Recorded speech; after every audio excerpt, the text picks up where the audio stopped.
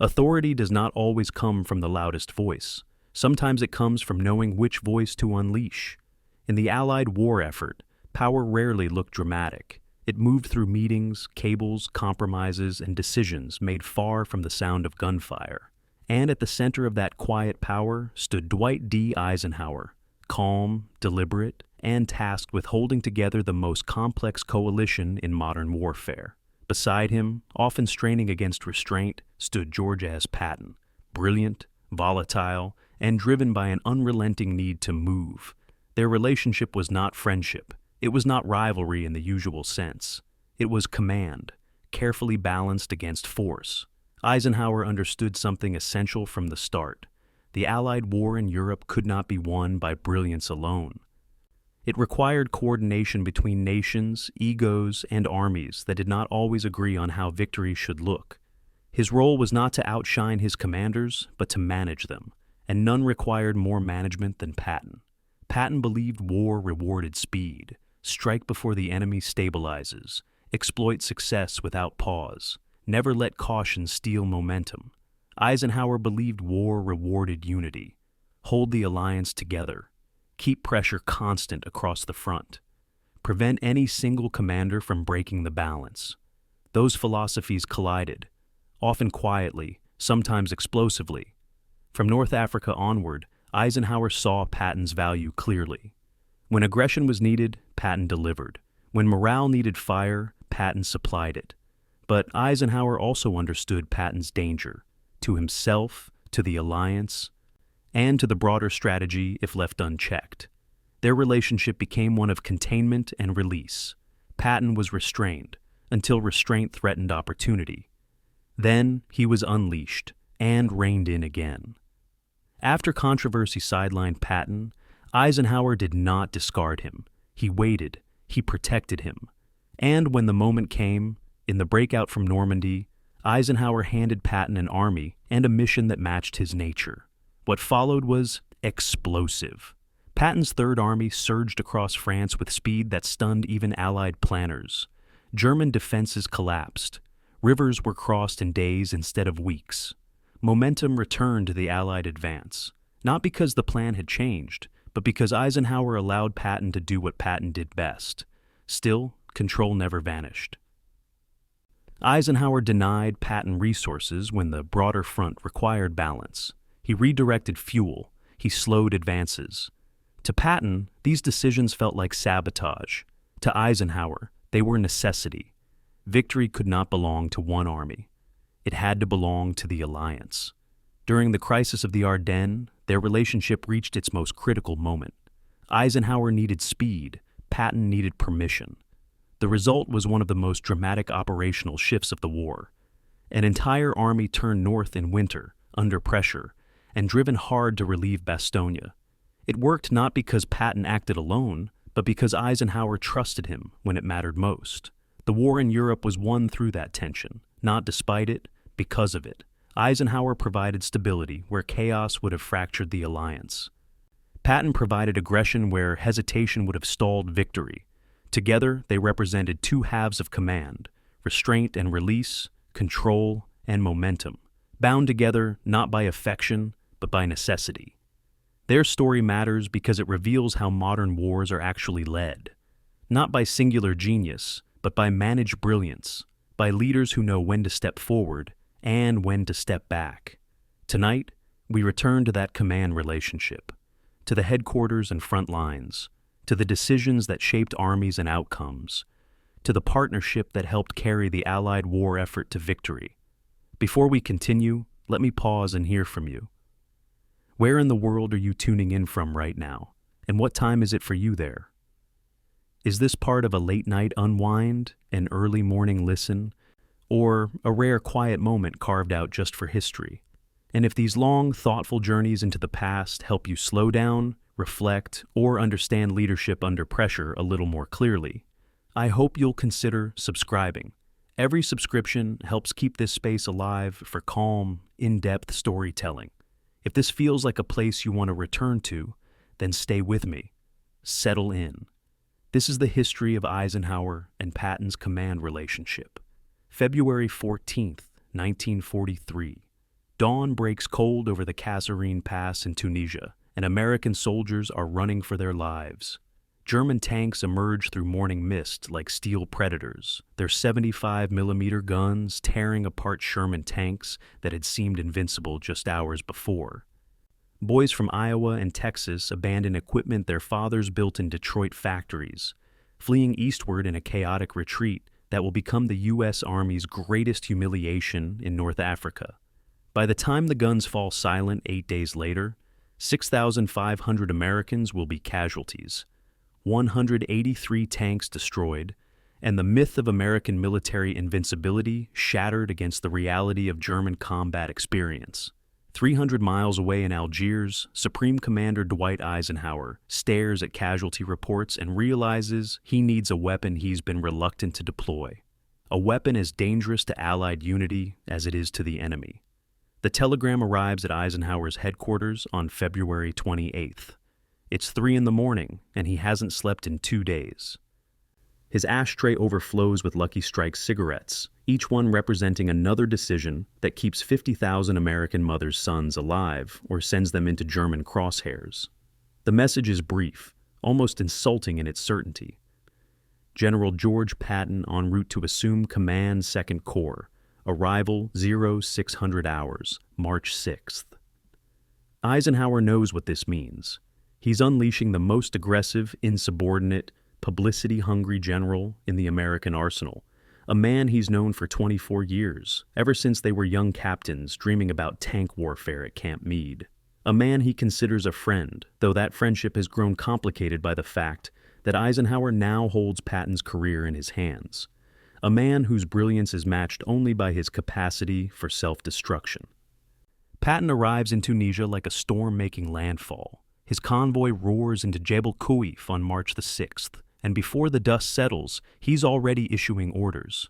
Every soldier will wear a necktie, even in combat zones. Every helmet will display rank insignia.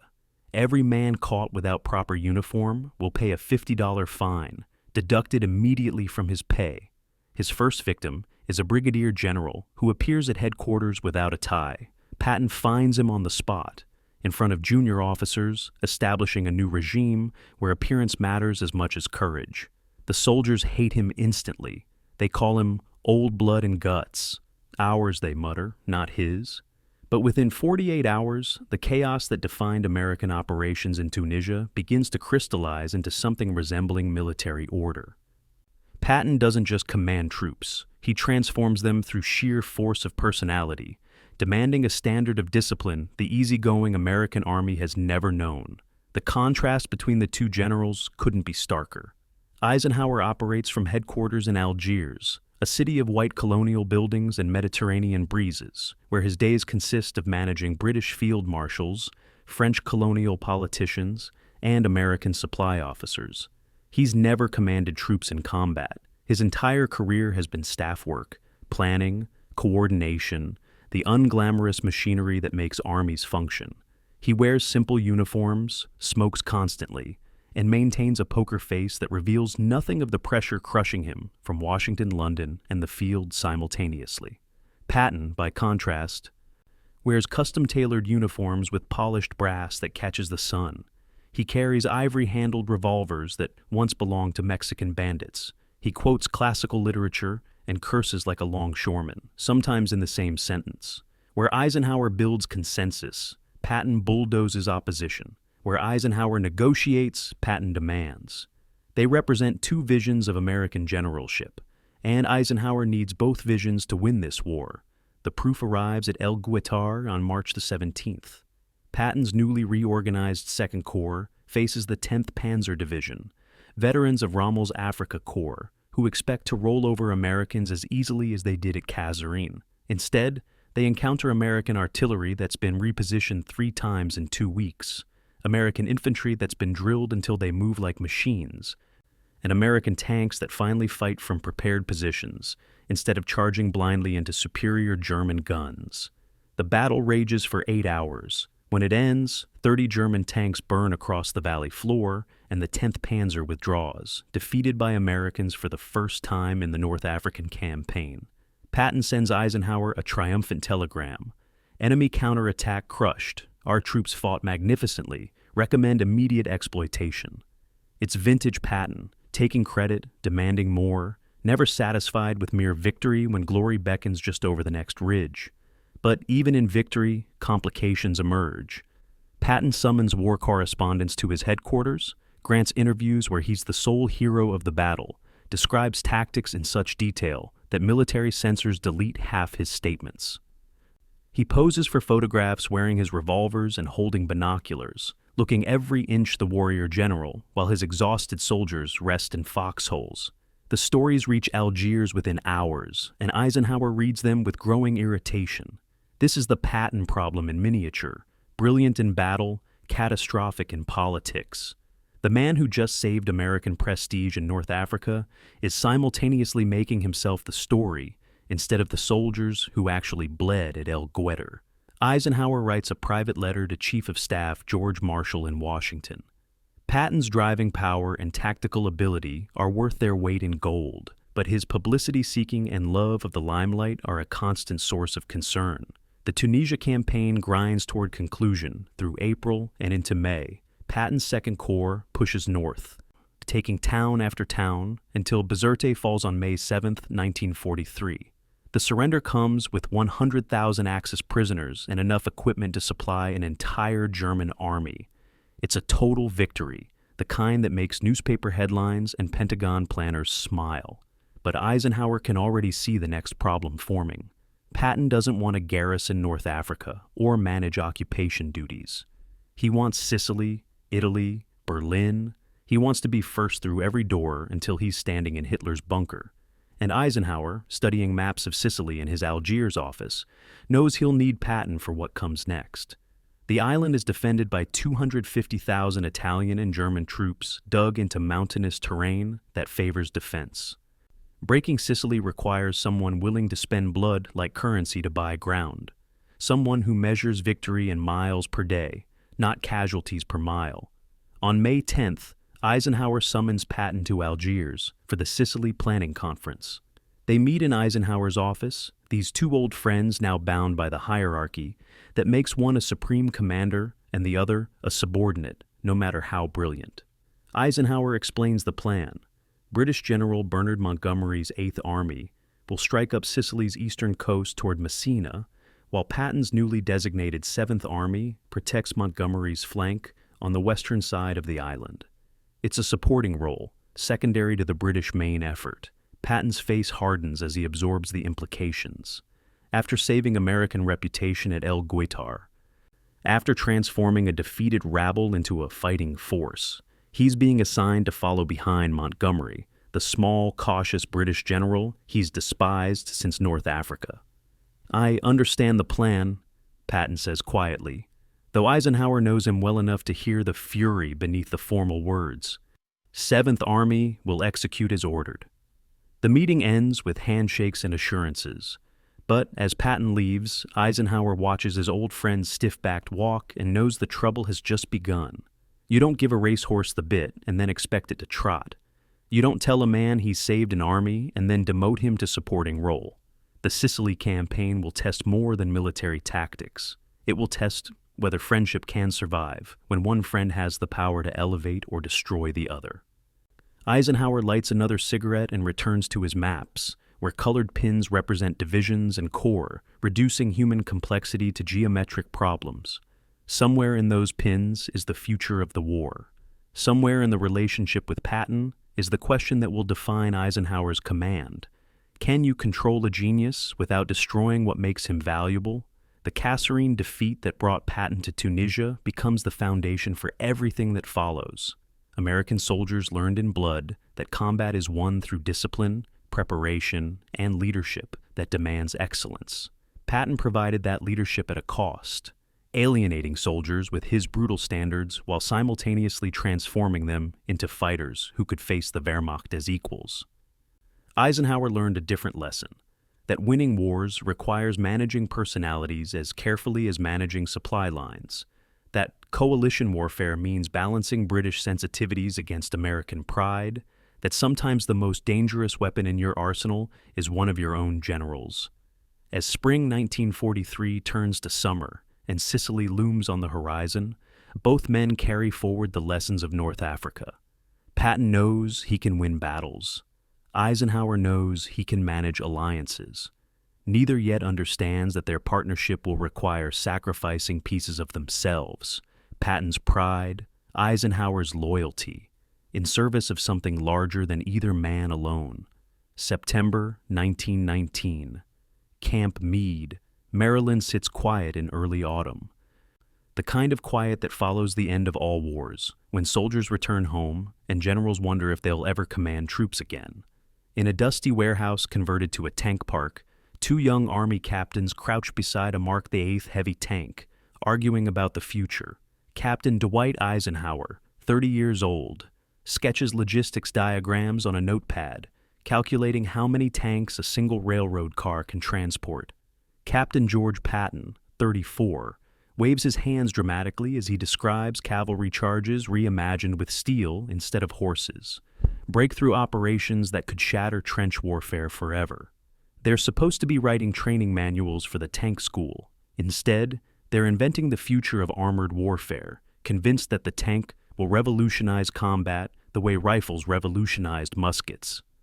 Neither man knows that the friendship they're building in this warehouse will survive 24 years, but won't survive the war they're already planning to fight. They make an odd pair, even then. Patton comes from California wealth. His wife Beatrice is an Oyer textile fortune heiress, giving him a personal income of $20,000 annually, while most Army captains scrape by on $3,000. He maintains polo ponies, employs personal servants, and treats the Army less as a career than as an aristocratic calling, the modern equivalent of medieval knighthood. Eisenhower comes from Abilene, Kansas poverty, one of 7 brothers raised in a house so small they slept 3 to a bed. His total wealth is his Army salary, and whatever his wife Mamie can save from the household budget. Yet, in this warehouse at Camp Meade, wealth means nothing. What matters is vision, and both men see the same future. Armies of tanks breaking through static lines, mobility replacing attrition, speed mattering more than mass. They're not just colleagues, they're co-conspirators against an Army establishment that views tanks as infantry support tools, nothing more. The tank school holds 600 tanks in various states of repair, Mark VIIIs, Renault FTs, a few experimental models that break down more often than they run. Eisenhower handles logistics and maintenance, organizing repair schedules and parts inventory, with the systematic mind that will later coordinate million-man invasions. Patton designs tactics, running experimental maneuvers where tanks practice formations borrowed from cavalry, line abreast charges, envelopments, pursuit operations. They complement each other perfectly. Ike makes sure the tanks run, Patton makes sure they fight. On weekends, they invite each other to family dinners. Mamie Eisenhower and Beatrice Patton become friends while their husbands debate tank doctrine over pot roast. The children play together. It's peacetime military life at its best, purposeful work, intellectual stimulation, genuine friendship untainted by the corrosive effects of hierarchy. But their vision threatens the institutional Army. In November 1919, both men publish articles in infantry journals advocating for independent tank forces, mechanized divisions that answer to their own commanders rather than supporting infantry operations. The response is swift and brutal. The infantry branch, which controls tank development, issues official censures. Both captains receive letters reprimanding them for advocating doctrine contrary to established policy and warning that future publications will result in court-martial. It's the Army's way of saying, shut up and follow orders. Patton, with his independent wealth, considers resigning his commission in protest. Eisenhower, who has no wealth to fall back on, persuades him to stay. We'll be proven right eventually, Ike argues over drinks at the officers' club, but only if we're still in uniform when that day comes. Patton reluctantly agrees, but the incident plants a seed of resentment that will flower 20 years later. The sense that small-minded bureaucrats always constrain genuine military genius. The 1920s pull them apart. The tank school closes in 1920 as Congress slashes military budgets and the nation turns inward, sick of European wars and European problems. Patton transfers to the cavalry, maintaining his polo ponies and social connections, cultivating the generals and politicians who might support mechanized warfare when the mood shifts. He stations at Fort Myer in Virginia, close to Washington power centers, attending dinners where he charms senators and their wives with stories of tank battles that, in his telling, become something between military operations and medieval tournaments. Eisenhower takes a different path. Staff work under General Fox Connor in Panama, then under General Douglas MacArthur in the Philippines. Where Patton networks, Eisenhower studies. Where Patton cultivates, Eisenhower learns. Their friendship continues through letters and occasional meetings, but the equality of Camp Meade fades as their careers diverge. By 1940, the world has changed, and so has the Army. German panzers sliced through France in 6 weeks, proving everything Eisenhower and Patton argued for at Camp Meade 20 years earlier. Suddenly, the censured tank advocates look like prophets. The Army frantically creates armored divisions, promotes officers who understand mechanized warfare, and scrambles to replicate German success. Patton, now 55 years old, takes command of the 2nd Armored Division and transforms it through the same brutal discipline he'll later use in North Africa. Constant training, impossible standards, theatrical leadership. Eisenhower, 50 years old, gets promoted to brigadier general and assigned to staff work planning America's eventual entry into the war. They're both vindicated in theory, but vindication doesn't feel the same for both men. Patton gets tanks and glory. Eisenhower gets maps and meetings. December 1941 changes everything. Pearl Harbor makes war inevitable, and the Army needs generals who can coordinate massive operations across multiple theaters. George Marshall, the chief of staff who values organizational genius over combat experience, promotes Eisenhower repeatedly, brigadier to major general to lieutenant general in 18 months, each promotion taking him further from combat commands and deeper into planning roles. By the time Marshall appoints him to command Operation Torch in November 1942, Eisenhower has become something alien to Patton's warrior ethos. A general who has never commanded troops in battle, who wins through coordination rather than courage, who succeeds by making British field marshals and American politicians equally happy, or equally unhappy. It's everything Patton despises about modern warfare, the subordination of military art to political necessity. When they meet again in North Africa in early 1943, the old equality is gone forever. Eisenhower is supreme commander, living in an Algiers villa, managing an alliance that spans 2 continents and requires balancing British Prime Minister Winston Churchill's Mediterranean strategy against American President Franklin Roosevelt's Germany First Doctrine. Patton is a corps commander, living in tents and command posts, focused on the tactical problems of killing Germans efficiently. The friendship survives this first contact with hierarchy, but barely. Patton writes in his diary after visiting Eisenhower in March 1943, "Ike is a nice old fool, but I believe he is a smooth man and will get to the top." The phrase smooth man contains volumes, admiration for Eisenhower's political skill, contempt for its necessity, recognition that smoothness matters more than toughness in modern coalition warfare, resentment that their old friendship now includes a power imbalance that can never be forgotten. The Camp Meade years remain important because they established a foundation of mutual respect that will survive extraordinary strain. Eisenhower knows Patton is a tactical genius, having watched him design armor tactics from scratch. Patton knows Eisenhower is an organizational genius, having watched him manage Camp Meade's 600 tanks with systematic precision.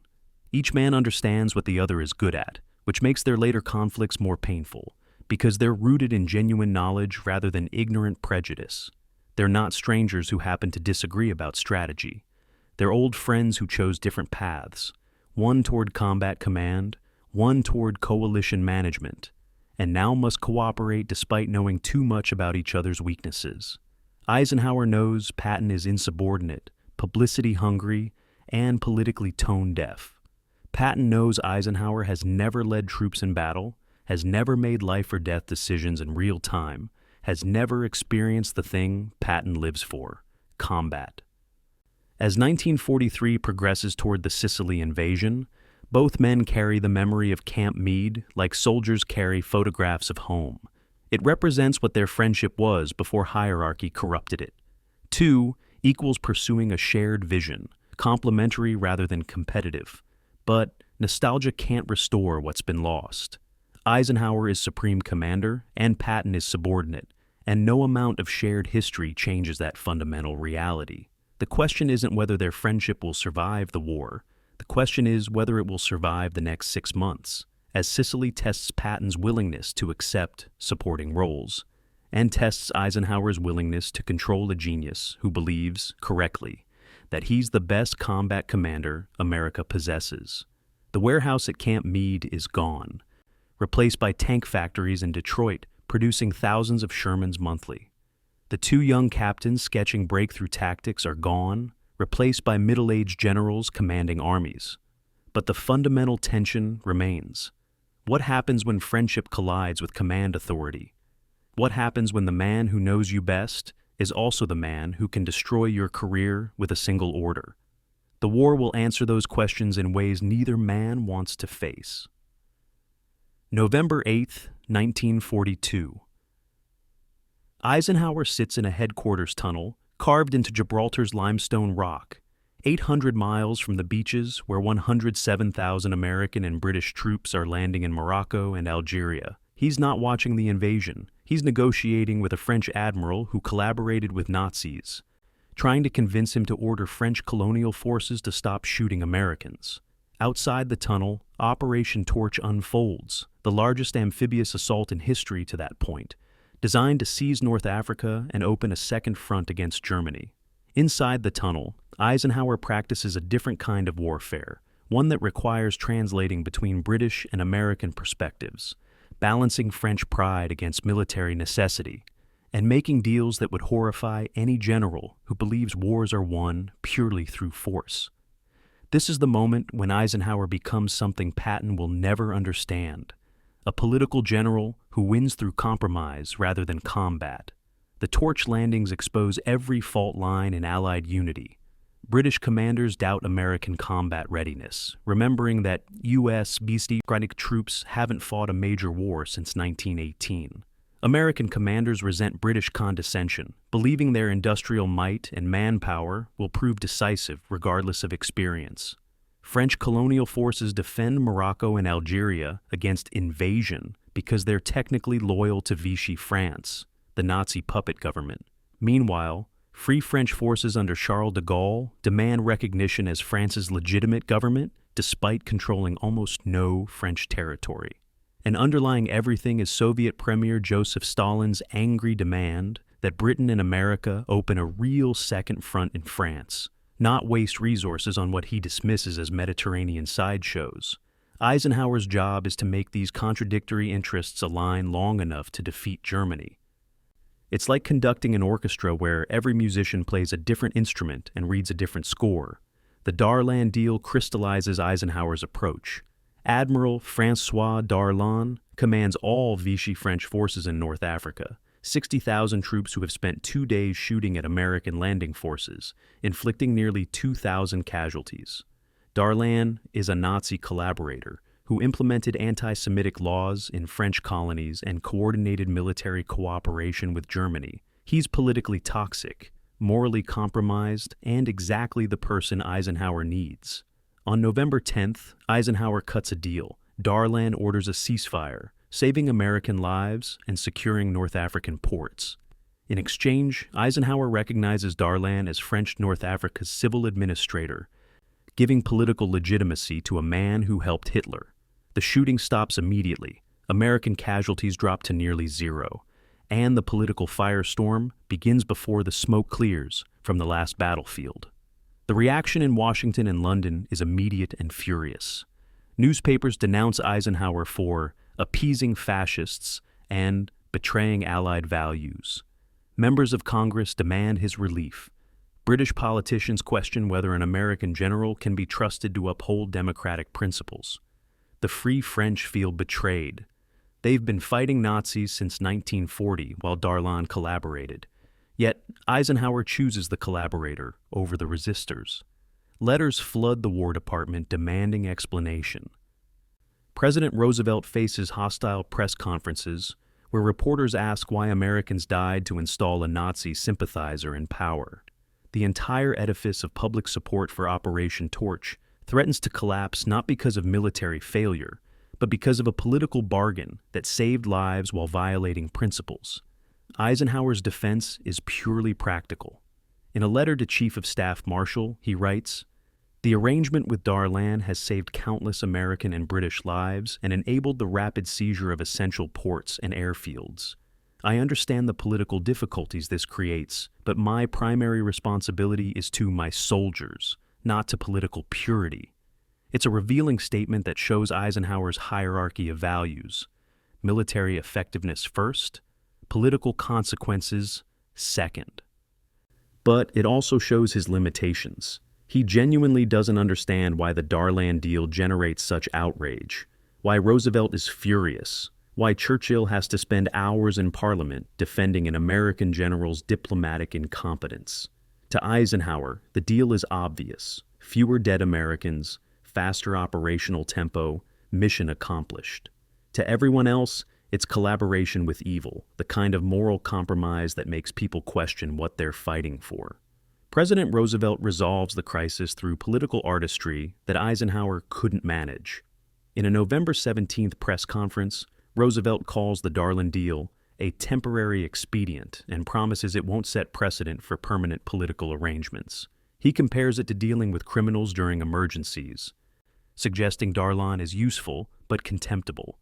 The explanation satisfies no one completely, but diffuses immediate outrage, giving Eisenhower breathing room to focus on military operations. Privately, Roosevelt sends Marshall a telegram. Eisenhower was right to prioritize military success, but he needs to understand that political perception matters as much as tactical results. Make sure he learns that lesson before it destroys him. Marshall forwards the message to Eisenhower with a note: "You're doing a superior job. Pay no attention to the beefing, but for God's sake, consult with me before making any more political arrangements." The Darlan crisis resolves itself through assassination. On December 24, 1942, a young French royalist shoots Darlan dead in his Algiers office, eliminating Eisenhower's political problem with a bullet.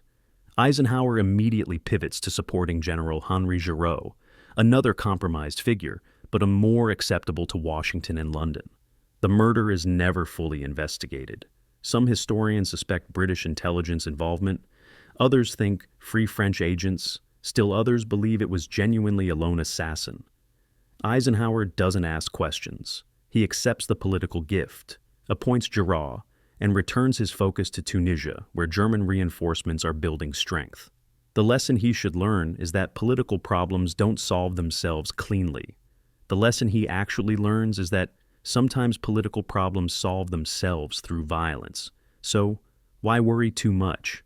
January 1943 brings the Casablanca Conference, where Roosevelt and Churchill meet to plan Allied strategy for the coming year.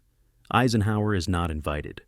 Despite commanding the largest American military operation of the war to date, despite managing the complex Allied coalition in North Africa, he's excluded from the summit where decisions about Mediterranean strategy are made. The message is clear. Eisenhower is a general, not a strategist. He executes policy. He doesn't create it. Marshall sends him a telegram. "Conference discussions going well. Your focus should remain on North African operations. We'll handle the strategic direction." It's meant as reassurance, Marshall protecting his protege from political sharks. But Eisenhower reads it as rejection, evidence that Washington doesn't fully trust him after the Darlan fiasco. Patton's experience with Operation Torch provides stark contrast.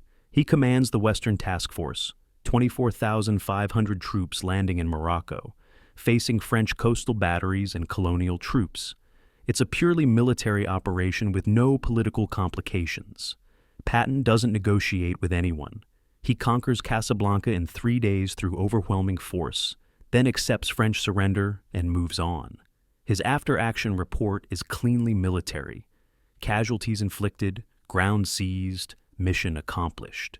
He doesn't have to explain political arrangements or justify moral compromises. He fights and wins, which is what generals are supposed to do in Patton's worldview. When he learns about Eisenhower's Darlan troubles, he writes in his diary, "Ike is letting politicians push him around. A general's job is to kill the enemy, not negotiate with traitors. If he'd focused on fighting instead of diplomacy, there wouldn't be any controversy." The divergence between Eisenhower and Patton's Operation Torch experiences defines their relationship going forward. Eisenhower learns that coalition warfare requires constant political management, that British and American interests often conflict, that military success isn't sufficient if it creates political disasters. He becomes more cautious, more consultative, more aware that every decision has consequences beyond the battlefield. Patton learns the opposite lesson, that political concerns are distractions from military necessity, that generals who worry about diplomacy waste time better spent planning attacks, that victory justifies any method. Both lessons are partially correct. Both will cause immense problems in Sicily, where Eisenhower's caution and Patton's aggression collide in ways that threaten Allied unity and American lives alike. As spring 1943 arrives and Tunisia campaign reaches its conclusion, Eisenhower has transformed from a staff officer into something unique, a general who wins through coordination rather than combat, who values alliance cohesion as much as tactical success, who understands that modern war is fought simultaneously on battlefields and in conference rooms. Patton will never respect this transformation. To him, Eisenhower remains a staff officer playing a generalship, a political operator who lucked into command through Marshall's favoritism rather than earning it through combat excellence. The mutual incomprehension is complete. Eisenhower can't understand why Patton doesn't appreciate the difficulty of managing Churchill and Roosevelt simultaneously. Patton can't understand why Eisenhower wastes energy on politicians when Germans need killing. They're old friends speaking different languages, allies who can't quite translate their different visions of what winning means. And Sicily will test whether friendship and mutual incomprehension can coexist long enough to defeat the Axis, or whether their partnership will collapse under the weight of contradictory values neither man can abandon. July 10th, 1943. Dawn breaks over Sicily as the largest amphibious invasion in history, to that point, crashes against Italian beaches. 160,000 Allied troops come ashore from 3,000 ships. Supported by 4,000 aircraft that have spent 2 weeks pulverizing Axis defenses. In the American sector, Patton's 7th Army lands near Gela, immediately encountering German counterattacks from the Hermann Göring Panzer Division. In the British sector, Montgomery's 8th Army lands southeast of Syracuse, beginning a methodical advance up Sicily's eastern coast. The plan, designed by British General Harold Alexander with Eisenhower's approval, assigns Montgomery the main effort, a thrust directly toward Messina, Sicily's northeastern port, and escape route to mainland Italy. Patton's role is supporting Montgomery's flank, protecting the British from counterattacks, while Montgomery wins the glory. For a general who measures success in newspapers' headlines and personal prestige, it's an intolerable assignment. The race to Messina begins not when troops land, but when Patton reads his orders and decides he'd rather be court-martialed than finish second. The initial plan shows Alexander's, and by extension Eisenhower's, fundamental misunderstanding of Patton's psychology. They assign 7th Army to advance northwest toward Palermo, Sicily's capital on the island's western tip, while 8th Army pushes northeast toward Messina. It's geographically logical. 2 armies advancing on divergent axes, preventing mutual interference. But it guarantees that Montgomery reaches Messina first, since his route is shorter and more direct. Patton reads the operation order at his headquarters in Gela on July 13th and erupts in fury that his staff will remember for decades. "This is a goddamn waste of time," he screams, hurling maps across the room. "That little fart Montgomery has stolen the ball." His chief of staff tries to explain the operational logic. Palermo's port capacity, supply line security, preventing German westward escape. Patton isn't listening. He's already calculating how to rewrite the plan without formally disobeying orders, how to turn a supporting role into a starring one. July 17th provides Patton's opportunity. Montgomery's advance bogs down near Catania, where German Fallschirmjäger, paratroopers, defend Mount Etna's approaches with fanatical determination. British casualties mount, while progress measures in hundreds of yards rather than miles. Alexander, frustrated by Montgomery's slow pace, loosens restrictions on 7th Army operations, suggesting Patton could take Palermo if opportunity presents. It's meant as a secondary objective, something to keep American troops busy while Montgomery breaks through.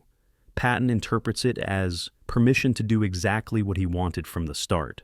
On July 18th, he unilaterally redirects the 3rd Infantry Division toward Palermo, contradicting the spirit, if not the letter, of Alexander's orders.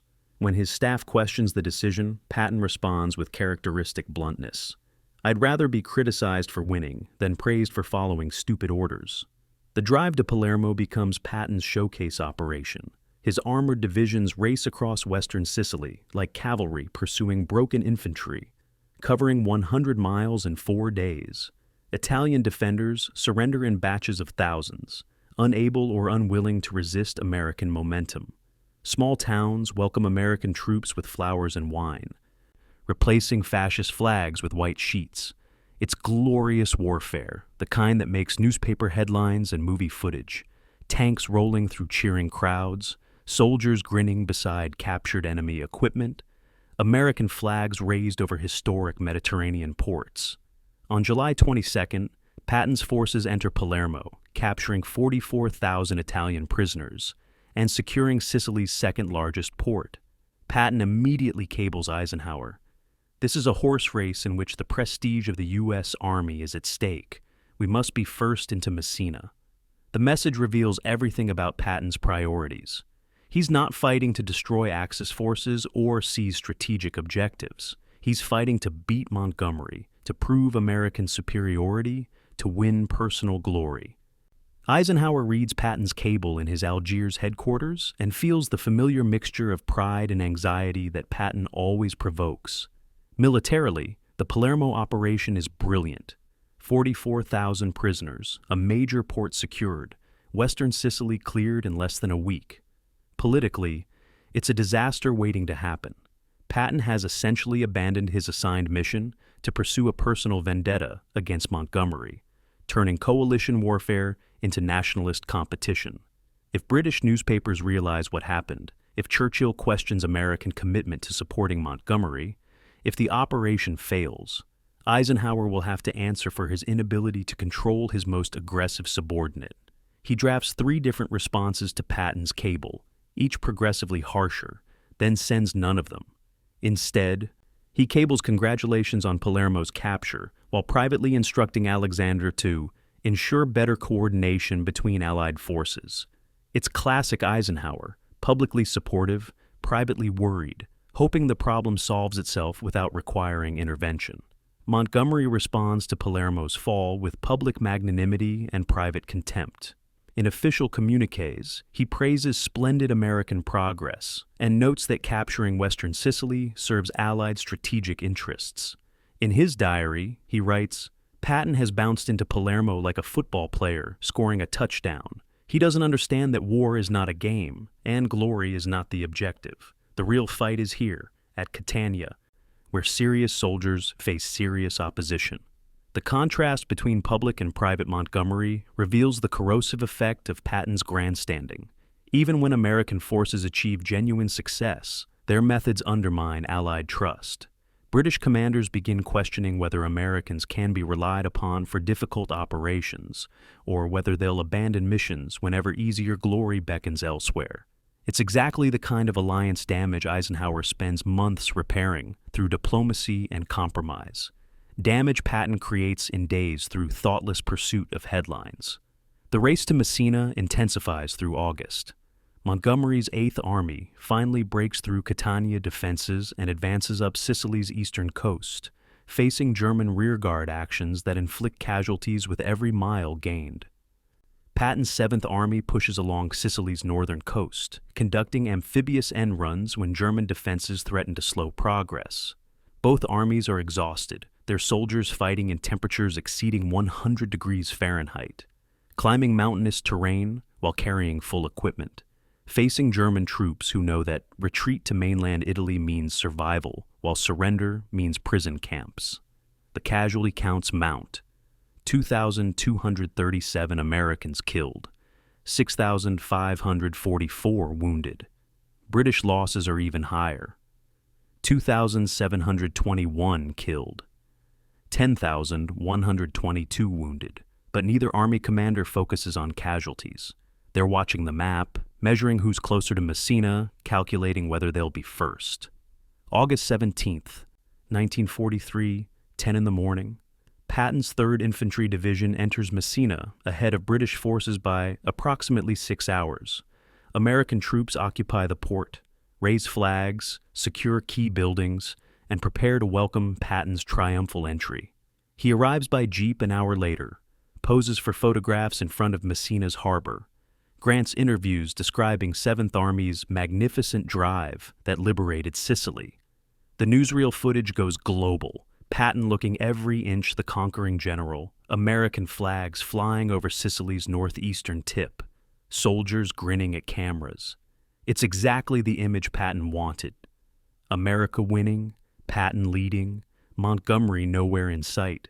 One small problem undermines the entire victory. While 7th and 8th Armies raced each other to Messina, 100,000 German and 60,000 Italian troops evacuated across the Strait of Messina to mainland Italy, taking their equipment and experience with them.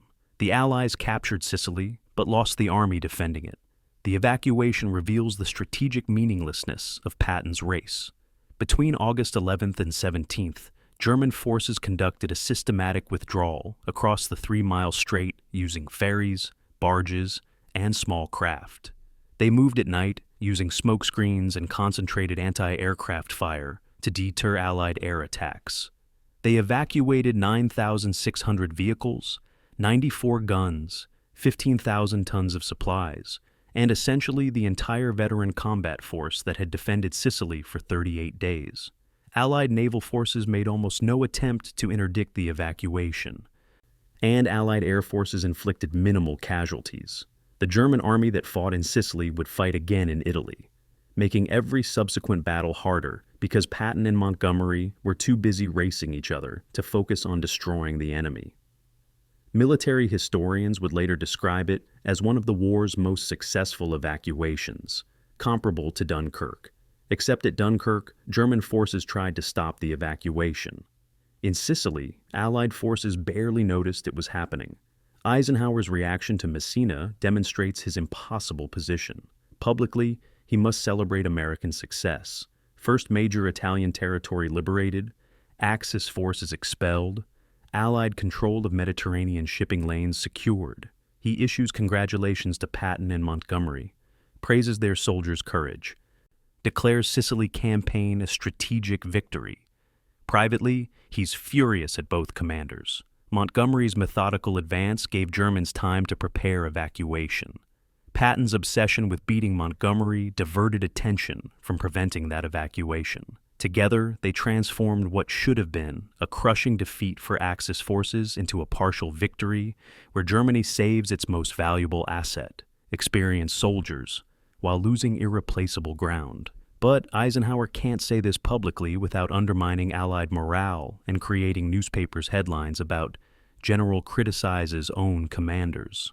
So he smiles, congratulates, awards medals, and privately wonders how he's supposed to win a war when his best generals care more about beating each other than defeating Germany. The Sicily campaign is over. The Eisenhower-Patton relationship is about to get much, much worse. August 3rd, 1943, afternoon. The 15th Evacuation Hospital sits in a grove of olive trees near Nicosia, Sicily. Canvas tents providing minimal shade from Mediterranean sun that turns surgical stations into ovens. Nurses move between cots tending soldiers whose wounds range from shrapnel lacerations to traumatic amputations to psychological breaks that leave grown men catatonic. Into this space of suffering walks General George Patton, ivory-handled revolvers gleaming, boots polished despite Sicily's dust, conducting his regular visits to see the boys and boost morale. He moves from cot to cot, shaking hands with wounded soldiers, offering words of encouragement, maintaining the warrior general persona that newspapers love and soldiers tolerate. Then he reaches bed 17, where Private Charles Cool sits with no visible wounds and Patton's carefully maintained self-control shatters. "What's wrong with you?" Patton demands. Cool responds quietly, "I guess I can't take it anymore, sir." What happens next takes approximately 30 seconds and will nearly end Patton's career, cost him Sicily's command, and force Eisenhower into the defining decision of his generalship. Patton explodes. "You goddamn coward!" he screams, loud enough that the entire hospital hears. He slaps Cool across the face with his glove, then slaps him again with bare hand. "You're a disgrace! You're sitting here while brave men are dying." He reaches for his pistol, and medical staff momentarily freeze, uncertain whether he's actually going to shoot a patient in a military hospital. The hospital commander steps between Patton and Cool, physically blocking further violence. Patton storms out, still shouting about cowardice and soldier's duty. Behind him, nurses comfort Cool, who's weeping, not from the slaps, but from the public humiliation of being called a coward by America's most famous general. A medical officer examines Cool and confirms what the intake paperwork already documented. Temperature 102.2 degrees Fahrenheit. Chronic dysentery, malaria, physical and mental exhaustion after 4 weeks continuous combat.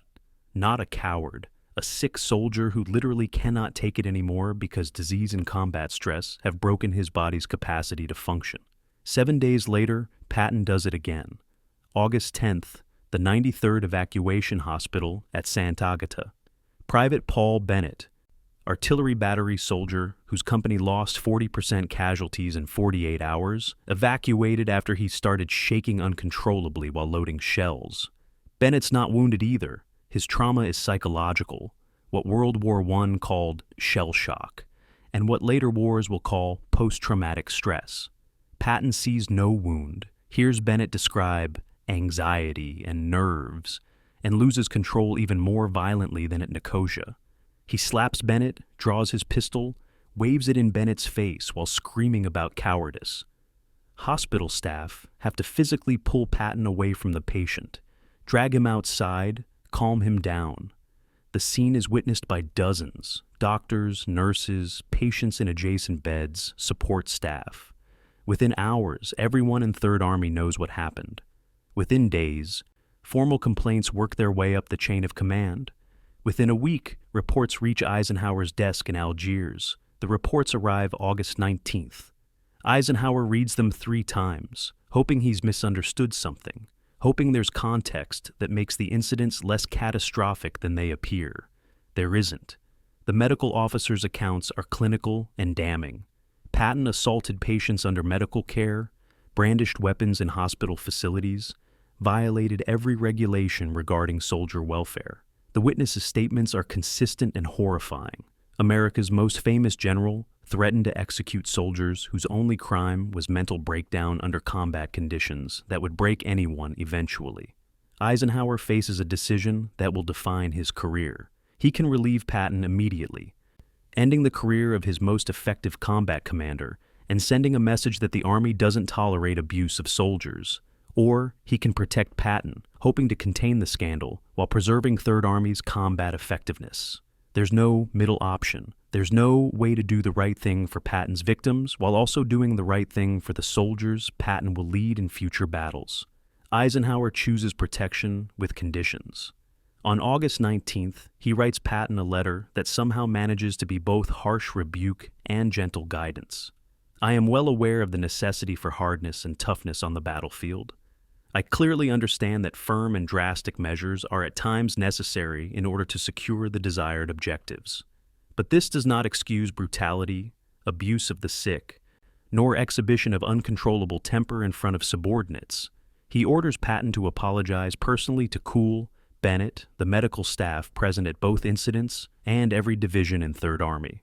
The apologies must be sincere and public, acknowledging wrongdoing rather than excusing it. Patton must complete this penance before receiving any future commands. But Eisenhower does not relieve him, does not court-martial him, does not report the incidents to the War Department or the press. He buries the scandal through pure command authority, betting that Patton's combat value outweighs his moral failure. The cover-up holds for 3 months. War correspondents know about the slapping incidents. Reporters were present at the hospitals, and the story circulates through press camps within days.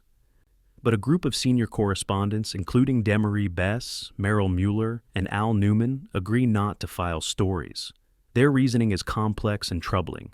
They believe Patton is essential to winning the war, that publishing the incidents would cost American lives by losing the best combat commander the Army has, that some truths are too dangerous for public consumption during wartime. It's self-censorship based on paternalistic assumptions about what the American people can handle. They protect Patton not because he deserves protection, but because they have decided soldiers need him more than they need accountability. The arrangement works until November 21st, when radio broadcaster Drew Pearson breaks the story on his national broadcast. Pearson's broadcasts destroys the conspiracy of silence. Within 48 hours, 1,500 letters flood the War Department demanding Patton's relief. Newspapers across the country run editorials questioning how Eisenhower could tolerate such behavior. Members of Congress demand investigations. Secretary of War Henry Stimson spends 3 days defending both Patton and Eisenhower to Senate Armed Services Committee, arguing that combat commanders must be judged by different standards than peacetime officers. The scandal threatens to derail not just Patton's career, but Eisenhower's, as critics question his judgment for protecting an abusive commander. Roosevelt privately tells Marshall, "I need Patton to win the war. I also need Eisenhower to manage the alliance. Fix this without losing either one." It's an impossible order that somehow Marshall manages to execute. The Senate hearings produce a masterpiece of political theater. Stimson testifies that Patton's actions were wrong, but not criminal, that battlefield stress caused temporary loss of judgment, that the general has apologized and learned from his mistakes. He reads portions of Eisenhower's August letter to demonstrate that appropriate discipline occurred. He presents Patton's combat record, the North Africa turnaround, the Sicily victory, the Third Army's future potential, as evidence that America cannot afford to lose such talent. Most effectively, Stimson pivots the conversation from military justice to military necessity. Shall we win this war with officers who respect soldiers, or shall we lose it with officers who make everyone comfortable? The choice is not between perfect generals. The choice is between flawed generals who win and perfect generals who don't exist. The argument is cynical, pragmatic, and effective. The Senate investigation concludes without recommending Patton's relief. Patton completes his apologies through gritted teeth. He stands before Third Army divisions, acknowledges his behavior was wrong and unjustified, claims he lost his temper in the heat of battle. The words are correct, but veterans remember his tone, suggesting the apologies are pro forma, required ritual rather than genuine contrition. He visits Cool and Bennett privately, shakes their hands, offers stilted words about misunderstanding their conditions. Neither man wants his apology. They want their dignity back, their reputations restored, acknowledgement that they weren't cowards but casualties of war's psychological toll. Patton can't give them that because he doesn't believe it. He believes soldiers overcome fear through willpower, that mental breakdown represents moral failure, that his mistake was the violence rather than the underlying judgment. The apologies satisfy Eisenhower's requirement without changing Patton's fundamental beliefs about courage and cowardice. The long-term damage is invisible but permanent. Patton's relationship with Eisenhower never fully recovers. The old Camp Meade friendship, already strained by hierarchy, now includes Eisenhower's knowledge that Patton assaulted 6 soldiers and Patton's resentment that Eisenhower forced humiliating apologies. Trust erodes in both directions. Eisenhower can't fully trust Patton's judgment, can't assume his most effective commander will behave rationally under stress. Patton can't trust Eisenhower's loyalty, can't assume his old friend will protect him when political pressure mounts. They're no longer friends navigating hierarchy. They're commander and subordinate, bound by military necessity rather than mutual affection, cooperating because defeating Germany requires both men's talents despite both men's flaws. The slapping incidents transform their relationship from complicated friendship into purely transactional arrangement. Eisenhower uses Patton's combat skill. Patton endures Eisenhower's political oversight. Neither man enjoys it. Both know it's necessary. The war continues, and so does their partnership. But something essential died in those two Sicilian hospitals in August 1943. The friendship that survived 24 years couldn't survive 30 seconds of uncontrolled violence. January 26, 1944. Dover, England. General George Patton arrives to assume command of 1st United States Army Group, FUSAG, the largest American force assembled in Britain, 11 divisions totaling 150,000 troops preparing to invade France at Pas-de-Calais. Except none of it exists. The divisions are inflatable rubber tanks that wobble in the wind. The soldiers are local laborers paid to wear American uniforms. The landing craft are plywood shells floating in harbors, visible to German reconnaissance but incapable of crossing the English Channel. The headquarters consists of radio operators broadcasting fictional traffic, simulating division-level communications. Patton, America's most aggressive combat commander, has been assigned to command a Phantom, to become the centerpiece of history's most elaborate military deception. Its punishment disguised as strategic necessity, exile dressed as important mission. And Patton knows it. He's been reduced from warrior to decoy, from Sicily's conqueror to England's most famous scarecrow. The only question is whether his ego can survive 6 months of being strategically useless while other generals prepare for D-Day. The assignment is Eisenhower's most elegant solution to the Patton problem. After the slapping scandal destroyed any possibility of Patton leading invasion forces, Eisenhower faced losing his best tactical commander entirely, or finding a role that kept him available without giving him responsibility. Operation Fortitude provides perfect answer. German intelligence consistently identifies Patton as the Allies' most dangerous general, the commander most likely to lead the decisive blow against Hitler. If Patton commands FUSAG in southeast England, German High Command will logically conclude the main invasion targets Pas-de-Calais, the closest French coast to Dover, the most direct route to Germany. Every inflatable tank commanded by Patton becomes real in German intelligence assessments. Every fake radio transmission reinforces German certainty that the real invasion comes where Patton waits. Eisenhower transforms Patton's disgrace into strategic advantage, weaponizing his reputation while sidelining his capacity for insubordination. The deception architecture is extraordinarily complex. British intelligence runs double agents, Garbo, Brutus, Tricycle, who feed German intelligence carefully crafted reports about FUSAG's strength and intentions. The Garbo network alone sends over 300 messages to German handlers describing Patton's preparations, troop movements that never occurred, supply buildups that don't exist. Royal Air Force pilots fly predetermined routes over FUSAG positions, allowing German reconnaissance to photograph the dummy equipment. Construction crews build fake fuel depots, ammunition dumps, barracks, all visible from the air, all completely non-functional. American engineers create tank tracks using rollers towed by jeeps, simulating armor movement across English countryside. The operation costs millions of pounds, employs thousands of personnel, and produces zero combat power. But it pins 19 German divisions at Pas-de-Calais, 150,000 troops who could reinforce Normandy, but don't, because they're waiting for Patton's invasion that will never come. Patton's role requires him to be visible and silent simultaneously. He must appear in public enough that German spies report his presence in England. He must avoid saying anything that contradicts the Fortitude deception. He must project confidence in FUSAG's mission, while knowing the entire operation is theater. It's psychologically torturous for a man whose self-worth derives from combat achievement and media attention.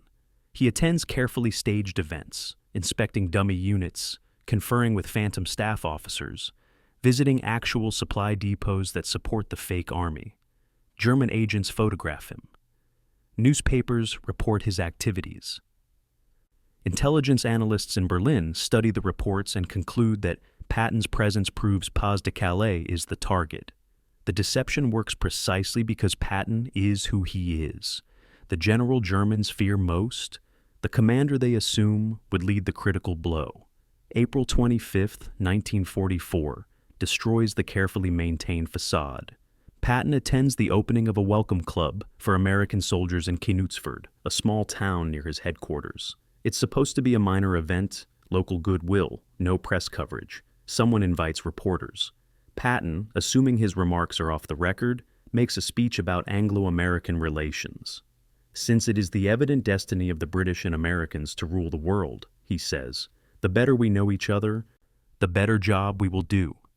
Excluding the Soviets from future world leadership contradicts Roosevelt's policy of Allied unity and Stalin's expectations for post-war cooperation. The comments hit newspapers within 24 hours. Stalin reads them as evidence that America and Britain plan anti-Soviet alliance after Germany's defeat.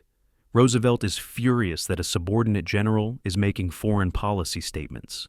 Eisenhower contemplates whether firing Patton is worse than keeping him. The Knutsford incident triggers Eisenhower's most serious consideration of relieving Patton permanently. He drafts a cable to Marshall recommending Patton's return to the United States, arguing that the general's incapacity to keep his mouth shut outweighs his tactical value. The cable sits on Eisenhower's desk for 48 hours while he debates sending it. On one side, military necessity, the fact that Patton is still the best armor commander America has, the strategic value of keeping him visible in England for Fortitude's success. On the other side, political liability, the pattern of scandals that started with slapping and continues through every public appearance, the exhausting burden of constantly defending Patton to politicians and press. Eisenhower writes in his diary, "I'm goddamn tired of having to protect Patton. I'm ready to send him home and be done with it." But he doesn't send the cable.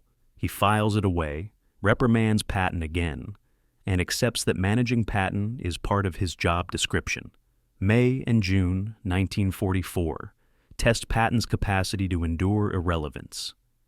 While real armies prepare for D-Day, Bradley's 1st Army training for Normandy landings, Montgomery's 21st Army Group, coordinating British and Canadian forces, Patton commands rubber tanks and radio operators. He writes bitter letters to his wife Beatrice, "I am to sit here and watch others win glory while I command nothing and contribute nothing except as a decoy for German intelligence."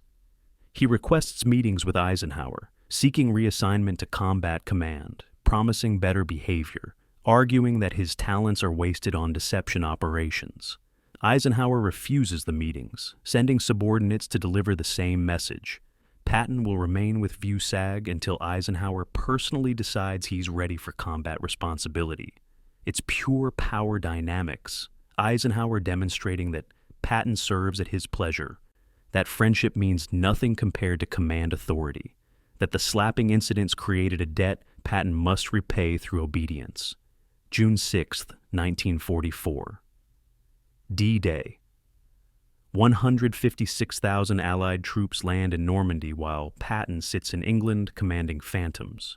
He listens to radio reports of the invasion, hears Bradley's name mentioned as 1st Army commander, reads newspaper accounts describing Montgomery's management of British sectors. His name appears nowhere except in German intelligence assessments, where Fremde Heere West, Foreign Armies West, reports note with concern that Patton remains in England, suggesting the Normandy landings are a feint before the real invasion at Pas-de-Calais. German 15th Army, 19 divisions strong, stays at Pas-de-Calais waiting for Patton.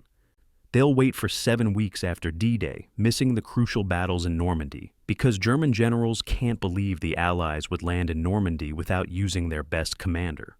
Operation Fortitude's success is total. Patton's humiliation is complete. The strategic impact justifies Eisenhower's decision from any rational military perspective.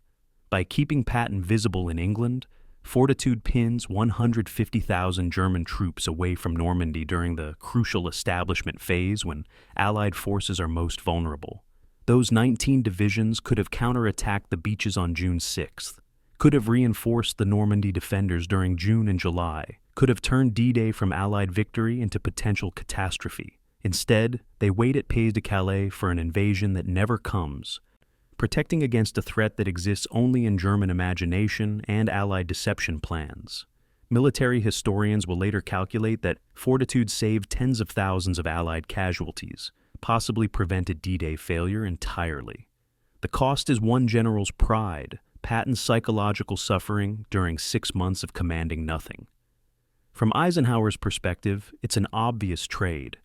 Temporary ego damage to one man versus permanent physical damage to thousands. But Patton doesn't see it as obvious trade.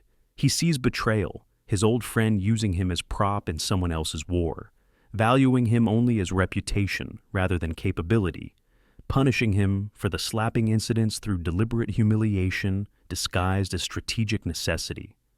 The Fusag assignment transforms Patton's resentment of Eisenhower from professional frustration into personal bitterness.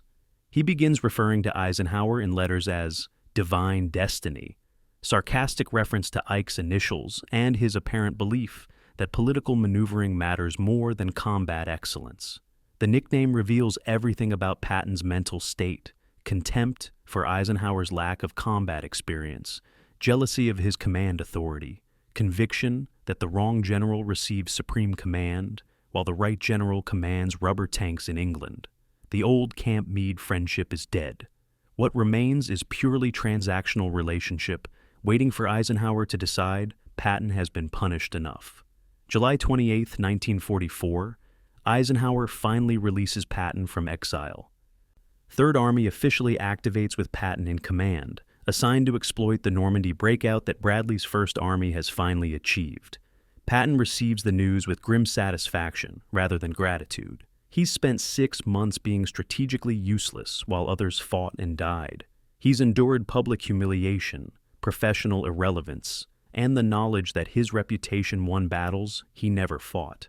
Now he gets his chance to prove what Eisenhower should have known all along, that Patton in combat is worth more than Patton as decoy, that warrior generals win wars while political generals manage perceptions. The race across France is about to begin, and Patton approaches it with something beyond normal competitive drive. He's fighting to prove Eisenhower wrong about everything, wrong to punish him for slapping, wrong to exile him to Fusag, wrong to value political skills over combat genius. It's personal now, in ways it never was in North Africa or Sicily. And personal wars, fought for pride rather than strategy, tend to produce spectacular victories and catastrophic errors in roughly equal measure.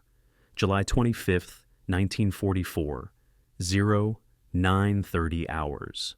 St. Lo, Normandy. The sky turns black with bombers, 1,500 heavy aircraft carrying 3,300 tons of high explosives to pulverize German defenses across a 7,000-yard front. Operation Cobra begins with the largest concentrated aerial bombardment the war has seen, designed to blow a hole through German lines that Bradley's First Army can exploit southward. The bombing is supposed to parallel the front line, preventing friendly fire casualties. Instead, some bombers drop short, killing 111 Americans, including Lieutenant General Leslie McNair, the highest-ranking American killed by friendly fire in the war. But the misbombing doesn't stop Cobra. Despite the casualties, despite the chaos, the bombing creates exactly what Bradley intended: a gap in German defenses that American armor can penetrate. The question facing Eisenhower is not whether exploitation succeeds, but which of his 3 Army commanders, Bradley's caution, Montgomery's methodicism, or Patton's aggression, will define how that exploitation unfolds. The gap opens at Avranches on July 28th. German defenses around the town collapse, creating a 15-mile corridor through which American forces can pour into Brittany and the French interior. Bradley, commanding First Army and coordinating the overall breakout, hesitates. The gap is narrow, vulnerable to German counterattack, potentially a trap if exploitation fails and Germans seal the corridor. He could push forces through immediately, accepting risk for speed, or he could consolidate the breakthrough, widening the gap before committing to full exploitation. It's the kind of decision that defines generalship: risk versus security, tempo versus safety. Bradley chooses caution. He orders limited exploitation while building up forces for a more deliberate advance. It's exactly the kind of decision that makes military sense and drives Patton absolutely insane. August 1st, 1944, noon. Patton's Third Army officially activates, and within hours he makes Bradley's caution irrelevant. 8th Corps, 4th Armored Division, 6th Armored Division, Patton pushes them through Avranches Gap like water through a burst dam. He doesn't wait for consolidation or buildup or careful planning. He attacks immediately, exploiting German confusion, moving so fast that his lead elements advance before German intelligence knows Third Army even exists. Within 72 hours, Third Army spearheads are 40 miles beyond Avranches, racing toward Brittany ports and the Loire Valley. Patton's headquarters advances with the lead divisions, establishing command posts in captured French towns, sometimes moving twice daily to keep pace with his own forces. It's the warfare he's dreamed of since Camp Meade, breakthrough and exploitation, armor unleashed, speed mattering more than firepower. The operational tempo stuns everyone, including Patton's own staff. Third Army advances an average 15 miles daily through early August, compared to 2 or 3 miles daily for other Allied armies. His forces consume 400,000 gallons of fuel per day, more than some entire field armies. His supply lines stretch hundreds of miles, vulnerable to interdiction, but somehow functional through improvisation and ruthless prioritization. Truck convoys operate 24 hours daily. Fuel dumps leapfrog forward with advancing armor. Maintenance units repair tanks at forward positions rather than rear areas, returning vehicles to combat within hours instead of days. The Third Army becomes a machine optimized for one purpose: forward movement, regardless of opposition, logistics, or common sense. Critics call it reckless. Patton calls it war. Montgomery's 21st Army Group provides stark contrast. While Third Army races across France, British and Canadian forces battle for Caen, the city that was supposed to fall on D-Day +1, now the focus of grinding attritional warfare 6 weeks after the invasion. Montgomery insists on building up overwhelming strength before attacking, on systematic preparation that minimizes casualties, on methodical advances that secure each position before moving forward. His armies advance 2 or 3 miles per day when they advance at all. British casualties mount steadily despite the caution, or perhaps because of it, as prolonged operations in the same sector allow Germans to position defenses precisely where attacks will come. By mid-August, 21st Army Group has suffered more casualties than Third Army, despite advancing a fraction of the distance. Montgomery calls it professional soldiering. Patton calls it cowardice disguised as prudence. Bradley occupies the middle ground, neither Patton's recklessness nor Montgomery's excessive caution. First Army advances steadily, taking calculated risks, achieving consistent progress without spectacular breakthroughs. Bradley accepts 12% casualties as sustainable for offensive operations, balancing mission accomplishment against soldier preservation. He plans operations thoroughly, ensures supply adequacy before attacking, coordinates with adjacent units to prevent gaps. It's textbook generalship that produces textbook results: steady progress, acceptable casualties, no disasters, but no miracles. Eisenhower appreciates Bradley precisely because he's reliable, predictable, competent without being brilliant.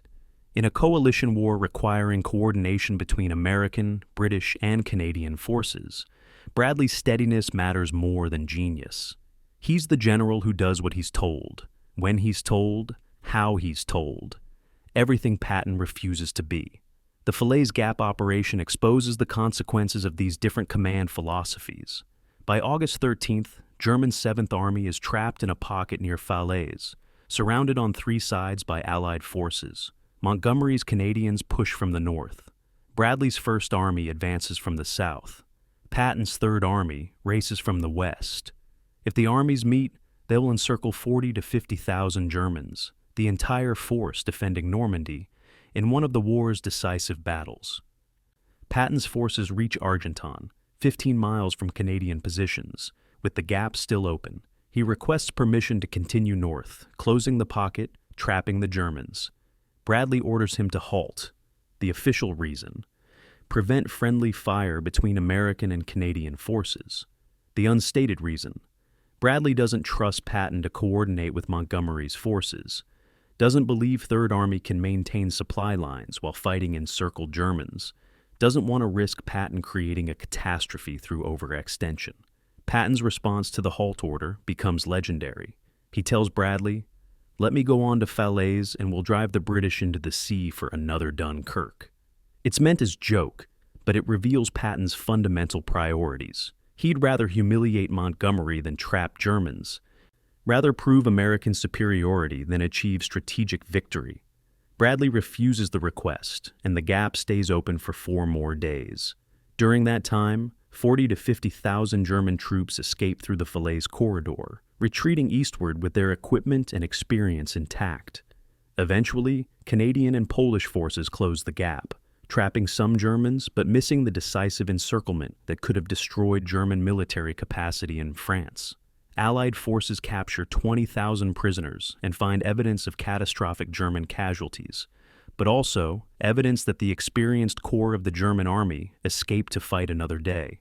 The Falaise controversy haunts Allied leadership for decades. Bradley later claims Eisenhower ordered the halt, shifting responsibility to Supreme Command. Eisenhower denies this, suggesting Bradley made the decision independently. Montgomery insists Canadian forces weren't positioned to link up with Americans earlier, justifying the delayed closure.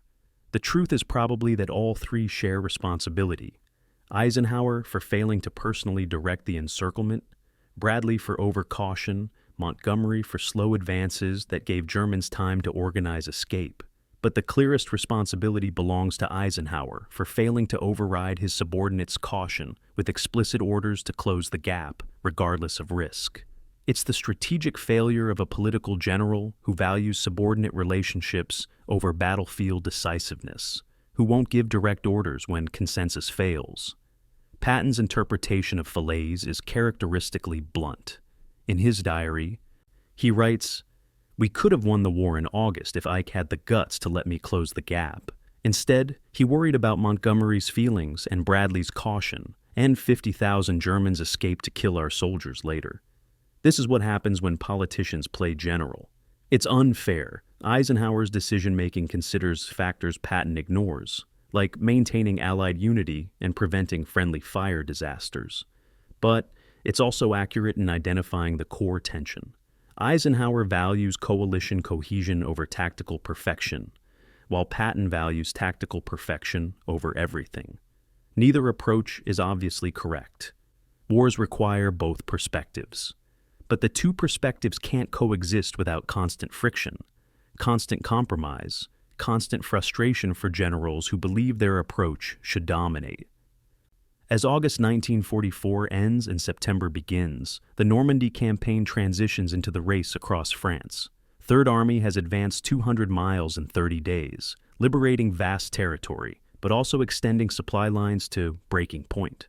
First Army has advanced steadily, maintaining better logistics but achieving less spectacular gains. Montgomery's forces have finally broken out from Caen, racing northward toward Belgium. The immediate question facing Eisenhower is how to sustain this momentum when Allied supply capacity can't support 3 armies advancing simultaneously. Someone will have to slow down. Someone will have to accept reduced fuel allocation. Someone's offensive will stall while others continue. Eisenhower must choose which general, which army, which strategic approach gets priority. It's the decision that will define the war's next phase and potentially determine whether Germany falls in 1944 or fights into 1945.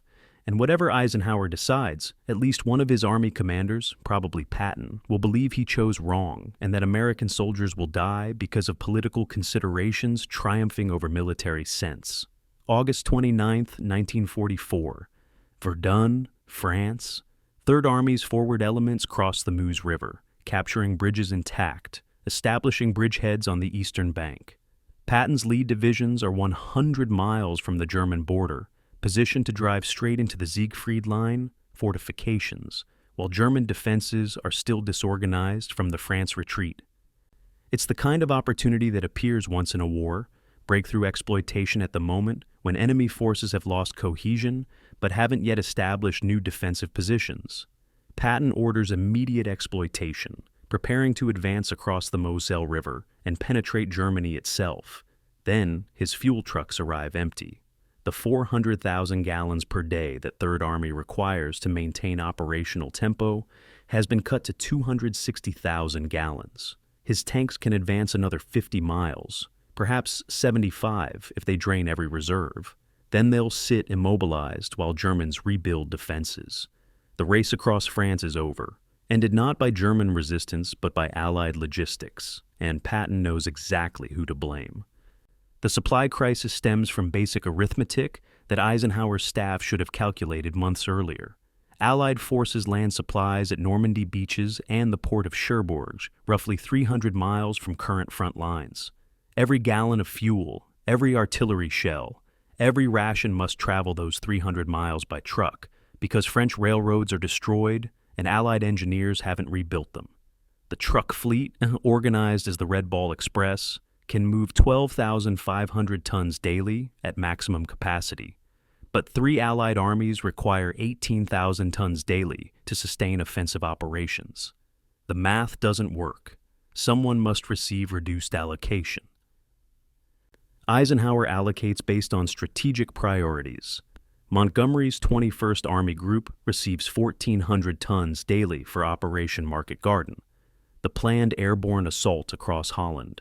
Bradley's 1st Army receives 750 tons daily for steady advance toward Germany. Patton's 3rd Army receives 350 tons daily, less than half operational requirements. The decision is strategically rational and tactically catastrophic. The Red Ball Express itself represents logistical improvisation on unprecedented scale.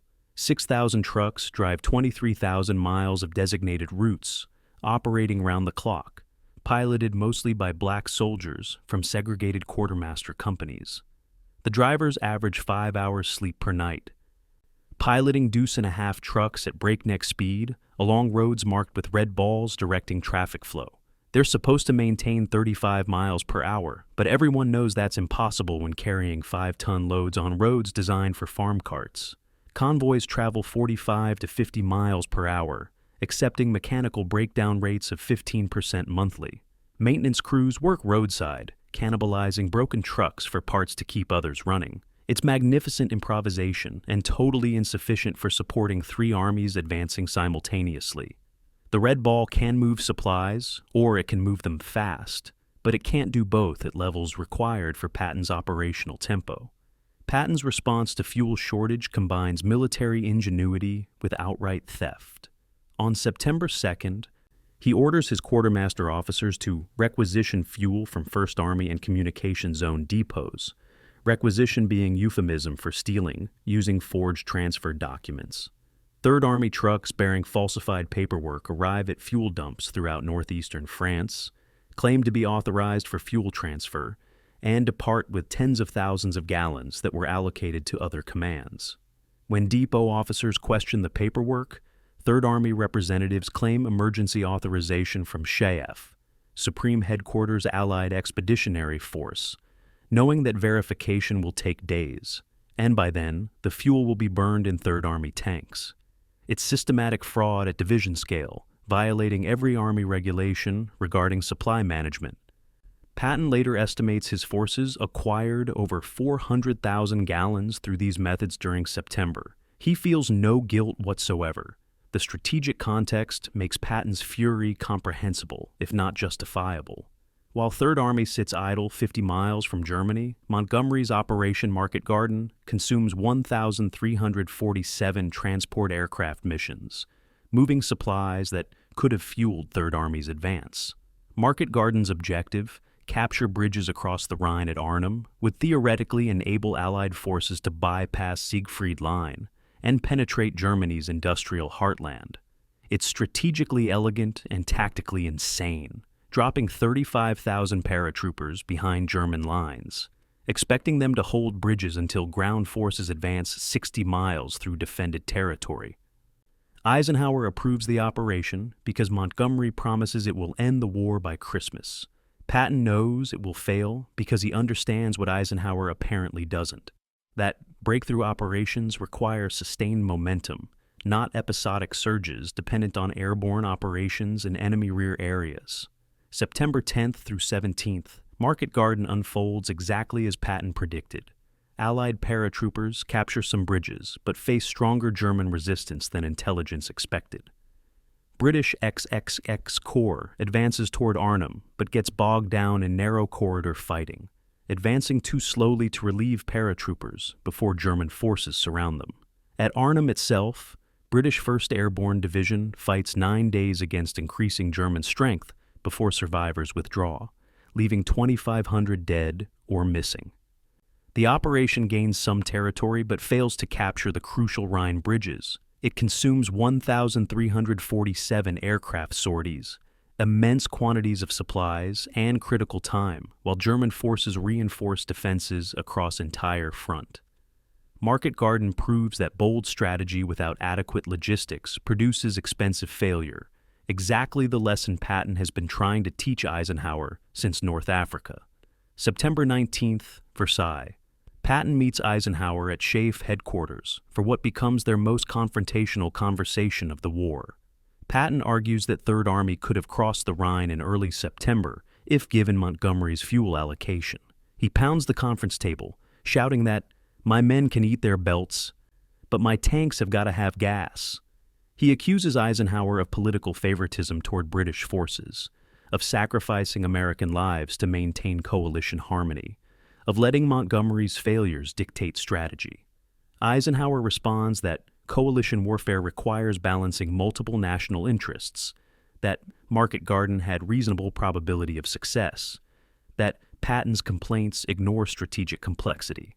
The argument becomes personal. Patton calls Eisenhower divine destiny to his face, the sarcastic nickname revealing complete contempt for political generalship. Eisenhower reminds Patton that he's supreme commander and Patton is subordinate, and subordinates follow orders or get relieved. The fuel crisis resolves gradually through October as Allied logistics improve. Engineers rebuild French railroads, reducing truck transport requirements. The port of Antwerp opens after Canadian forces clear German defenders from approaches, increasing supply capacity. Red Ball Express transitions to more sustainable operations with better maintenance and driver rest periods. By early November, supply allocation stabilizes at levels that support steady offensive operations, if not spectacular exploitation. But the opportunity has passed. German forces have rebuilt defenses, moved reserves westward, prepared positions throughout the Siegfried Line. The Wehrmacht that was disorganized and retreating in early September is reorganized and defending by late September. The chance to end the war in 1944 is gone, sacrificed to logistics limitations and strategic choices that prioritize coalition harmony over operational advantage. Patton's bitterness about the fuel crisis never fades. For the rest of his life, he maintains that Third Army could have reached Berlin by Christmas 1944 if Eisenhower had given him Montgomery's fuel allocation. Military historians debate the counterfactual endlessly. Some argue Patton's supply lines were already overextended, that additional fuel would have produced only temporary exploitation before inevitable logistical collapse. Others suggest that breakthrough in early September, when German defenses were minimal, could have penetrated deep enough to destabilize the entire German Western Front. The truth is unknowable, but the strategic error is clear. Eisenhower made major operational decisions: Market Garden, fuel allocation, broad front versus narrow thrust strategy, based primarily on coalition political considerations rather than military effectiveness. That's defensible as necessary for maintaining Allied unity, but it's not defensible as optimal military strategy, and Patton's fury stems from watching political considerations trump tactical opportunity. The personal cost to the Eisenhower-Patton relationship exceeds the operational cost to Allied strategy. After September 1944, Patton stops pretending to respect Eisenhower's generalship. In letters to Beatrice, in diary entries, in conversations with staff officers, he describes Eisenhower as politically appointed mediocrity, elevated beyond competence, as supreme commander in name, but not capability, as the man who lost the war in September by refusing to let real generals win it. The contempt is total and permanent. Eisenhower, for his part, stops pretending friendship matters. He views Patton purely instrumentally, useful for certain operations, liability for coalition management, someone to be deployed when tactical aggression matters, and sidelined when political cooperation matters. They're no longer even pretending to be the Camp Meade friends who sketch tank tactics together. They're commander and subordinate, bound by military necessity, cooperating because defeating Germany requires both men, but trusting each other not at all. The fuel crisis didn't create this rupture, but it made the rupture permanent, replacing the last vestiges of friendship with purely transactional calculation.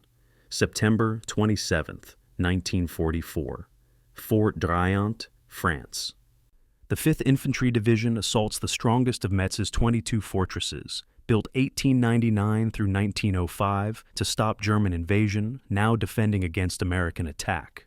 The fort's walls are 30 feet of reinforced concrete and earth, essentially impervious to artillery. Underground tunnels connect defensive positions, allowing German defenders to move unseen. Pre-sighted fields of fire cover every approach. The Americans attack with infantry supported by tanks and artillery. They advance 400 yards in 6 hours, losing 120 men. By nightfall, they've gained nothing permanent, retreated to starting positions, and learned what Patton is about to discover, that 20th century armor cannot overcome 19th century fortifications without paying World War I casualty rates.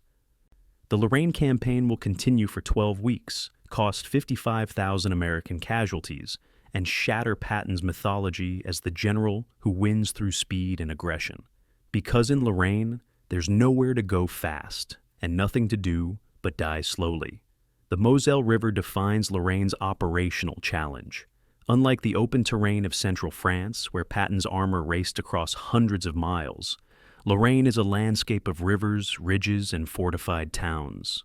The Moselle runs north-south through the region, wide and fast-flowing, bridged at fortified cities like Metz and Nancy.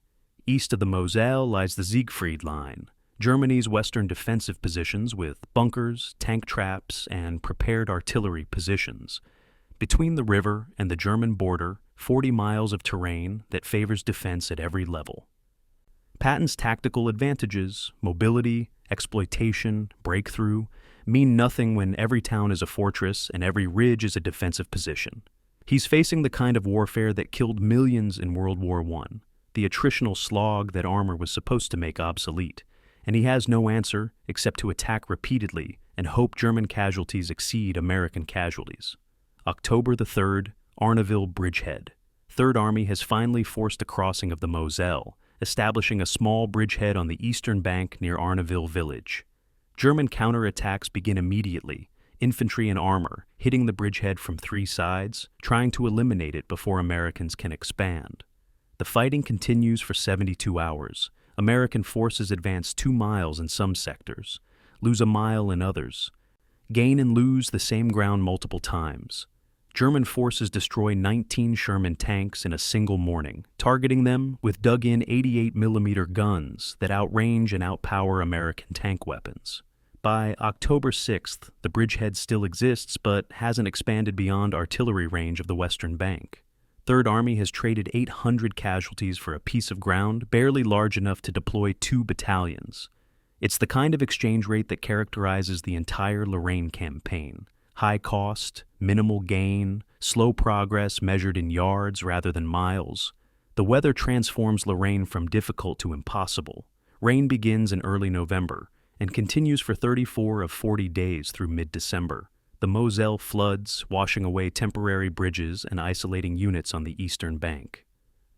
Roads turn to mud that immobilizes tanks and bogs down supply trucks. Soldiers develop trench foot at rates approaching 2,000 per week, infections caused by constant wet conditions that make feet swell and rot inside boots. Artillery becomes less effective because shells sink into muddy ground before detonating, reducing blast radius.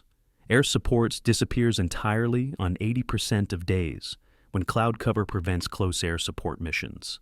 Patton's operational advantages, speed, mobility, combined arms coordination, evaporate in conditions that reduce warfare to infantry, slugging through mud toward prepared defensive positions. It's exactly the kind of warfare Patton was supposed to make obsolete, and he's helpless to change it. Fort Driant epitomizes Lorraine's futility. After the initial September assault fails, Third Army tries again in October with greater preparation. Engineers bring flamethrowers to clear underground tunnels. Artillery pounds the fort with 5,000 rounds before infantry attacks. Combat engineers use Bangalore torpedoes to blow holes in defensive walls. Nothing works. The fort's design, built to withstand siege warfare, defeats every modern tactic.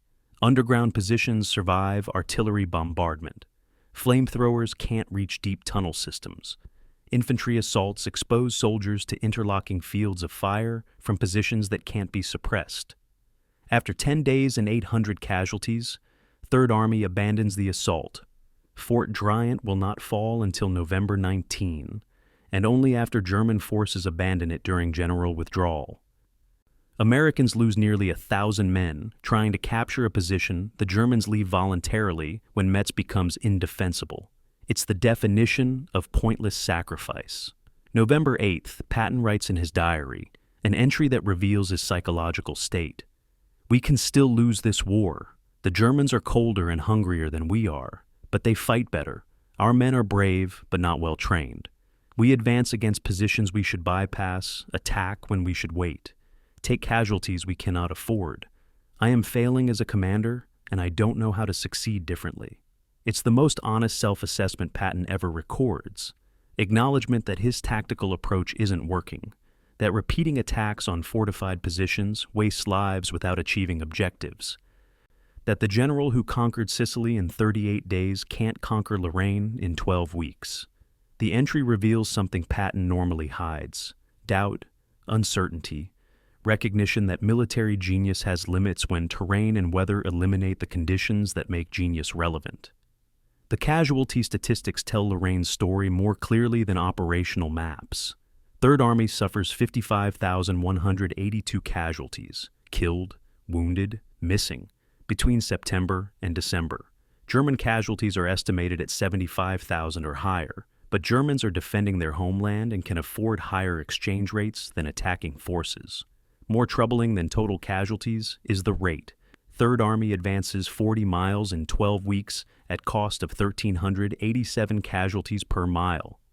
That's not breakthrough warfare. That's attrition warfare, grinding down both sides until one collapses. Infantry divisions rotate companies out of line when they fall below 40% strength, but rotation is insufficient when every attack produces similar casualties. Veterans are physically and psychologically broken. Replacements arrive untrained and die within days. The Third Army that raced across France in August is a shadow of itself by December. Patton's response to Lorraine failure is characteristically complex. Publicly, he maintains aggressive rhetoric. Press releases describe steady progress and successful operations. Privately, he modifies tactics, ordering limited objective attacks that reduce casualties even if they reduce operational tempo. He stops demanding breakthrough and accepts gradual advance. He visits hospitals more frequently, seeing the cost of his previous recklessness in beds filled with trench foot cases and shattered bodies. His diary entries from November and December lack the triumphalism of earlier campaigns. He's learning what Eisenhower learned in Operation Torch, that sometimes political considerations, in this case, Eisenhower's broad front strategy that spreads resources across multiple armies, produce tactical limitations that even brilliant commanders can't overcome. It's a humbling lesson for a general who believed will and aggression could overcome any obstacle. December 15th, Saarlautern falls. Third Army finally breaks through Lorraine's defensive belt after 12 weeks of grinding combat. The advance cost far more than the ground was worth. 55,000 casualties to advance 40 miles means Third Army essentially destroyed itself to create a starting position for operations toward Germany. But the breakthrough exists. Siegfried Line defenses are visible from American forward positions. The Rhine River beckons 50 miles eastward. Patton prepares for renewed exploitation, planning to attack Germany's industrial heartland, finally reaching terrain where mobility matters again. Then, intelligence reports arrive describing massive German troop movements toward the Ardennes forest, 100 miles north. Patton reads the reports on December 16th and makes a prescient prediction. They're preparing a counteroffensive. Bradley doesn't believe it, but I'm certain. We should be preparing to pivot north, not attack east. The Lorraine campaign is about to be interrupted by Germany's last desperate gamble, the Battle of the Bulge. The legacy of Lorraine contradicts everything Patton represents.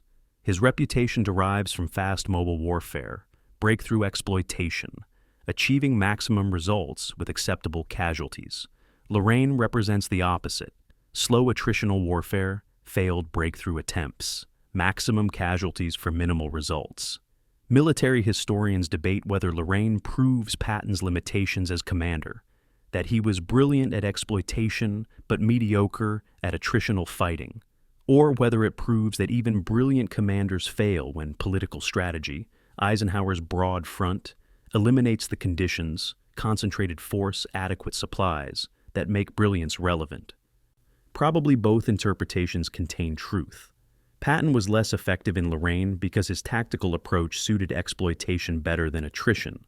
But he was also handcuffed by strategic choices made at Shaef, by fuel allocations that prevented concentration of force, by the broad front strategy that spread Third Army across wider front than its strength could adequately cover.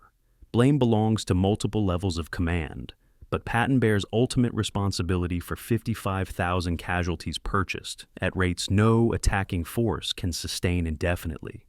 And that burden, the knowledge that his tactical failures killed thousands, weighs on him in ways the slapping incidents never did. Because this time, the victims aren't individual soldiers suffering psychological trauma, but entire divisions ground down through his operational choices. December the 16th, 1944, 0530 hours. The Ardennes Forest, Belgium. 200,000 German troops surge westward through morning fog, supported by 1,000 tanks in Hitler's last major offensive of the war. The attack hits an 80-mile front held by 83,000 Americans, many of them inexperienced divisions sent to quiet sector for rest and training. Within hours, German forces penetrate miles into American positions, surrounding units, capturing headquarters, creating chaos throughout the 8th Corps sector. By nightfall, the bulge in Allied lines is visible on maps, a westward salient that threatens to split British and American forces, capture critical supply depots, possibly reach the Meuse River. It's Germany's most successful offensive since France 1940. An Allied high command has 48 hours to respond before the breakthrough becomes unstoppable. 300 miles south in Lorraine, Patton reads initial reports and sees opportunity disguised as crisis. While other generals scramble to stop German advance, he's already planning how to destroy it. December 19th, Verdun. Eisenhower convenes emergency meeting of senior commanders at 12 Army Group headquarters. The situation is grim. 4 American divisions encircled or destroyed. German spearheads 40 miles west of their starting positions. Communication networks disrupted throughout the Ardennes. Bradley is pessimistic, suggesting defensive operations to contain the breakthrough. Montgomery, brought south from Holland, proposes methodical buildup before counterattacking.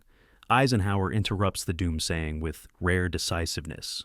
The present situation is to be regarded as one of opportunity for us and not disaster. There will be only cheerful faces at this table. Then he looks at Patton and asks the question that will define the next 10 days. When can you attack north? Everyone expects Patton to say 5 days, maybe a week, the normal planning timeline for redirecting an army. Patton answers immediately. December 22nd, 3 divisions. The room erupts in skeptical laughter. Bradley tells him to be serious. Montgomery says it's impossible. Patton stares at Eisenhower and repeats, December 22nd, 3 divisions. I'll be there. The skepticism is completely justified. Patton is proposing to redirect 133,000 troops 90 degrees north, across 100 miles of winter terrain, during the worst weather in decades. The operation requires moving 11,000 vehicles through road networks already congested with refugees and retreating units. It requires reprinting 600,000 maps showing new operational areas. It requires coordinating with new adjacent units, establishing new supply routes, briefing officers on unfamiliar terrain. Standard military doctrine suggests such a maneuver requires 10 to 14 days minimum. Patton is promising 4 days from decision to attack. It seems like bragging, like Patton's usual grandiosity detached from reality. But he's not bragging. He's executing contingency plans his staff created 2 weeks earlier when intelligence first suggested German offensive preparations. The planning started December 6th, when Third Army intelligence officers briefed Patton on German troop movements toward Ardennes. Patton, who studied German doctrine and knew their preference for winter offensives, ordered his staff to create contingency plans for pivoting north. While other Allied commanders dismissed the possibility of German counteroffensive, Bradley called such concerns impossible. As late as December 15th, Patton's staff war-gamed 3 different scenarios for redirecting Third Army divisions northward. They identified road networks, calculated fuel requirements, designated phase lines, and objectives. When Eisenhower asks, "When can you attack?" Patton already knows the answer because his staff has been working the problem for 2 weeks. It's the unglamorous staff work that Patton usually dismisses, transformed into the operational foundation that makes his aggressive promises achievable. December 19th through 21st, Third Army executes the most complex maneuver in American military history. 6th Armored Division disengages from Saar River positions, moves north through Luxembourg, arrives in assembly areas south of Bastogne. 4th Armored Division follows similar route with slightly different destination. 26th Infantry Division completes the spearhead. Behind them, supporting units redeploy, artillery battalions, combat engineer companies, tank destroyer battalions, supply columns. The movement happens in blizzard conditions with temperatures 10 degrees Fahrenheit below zero.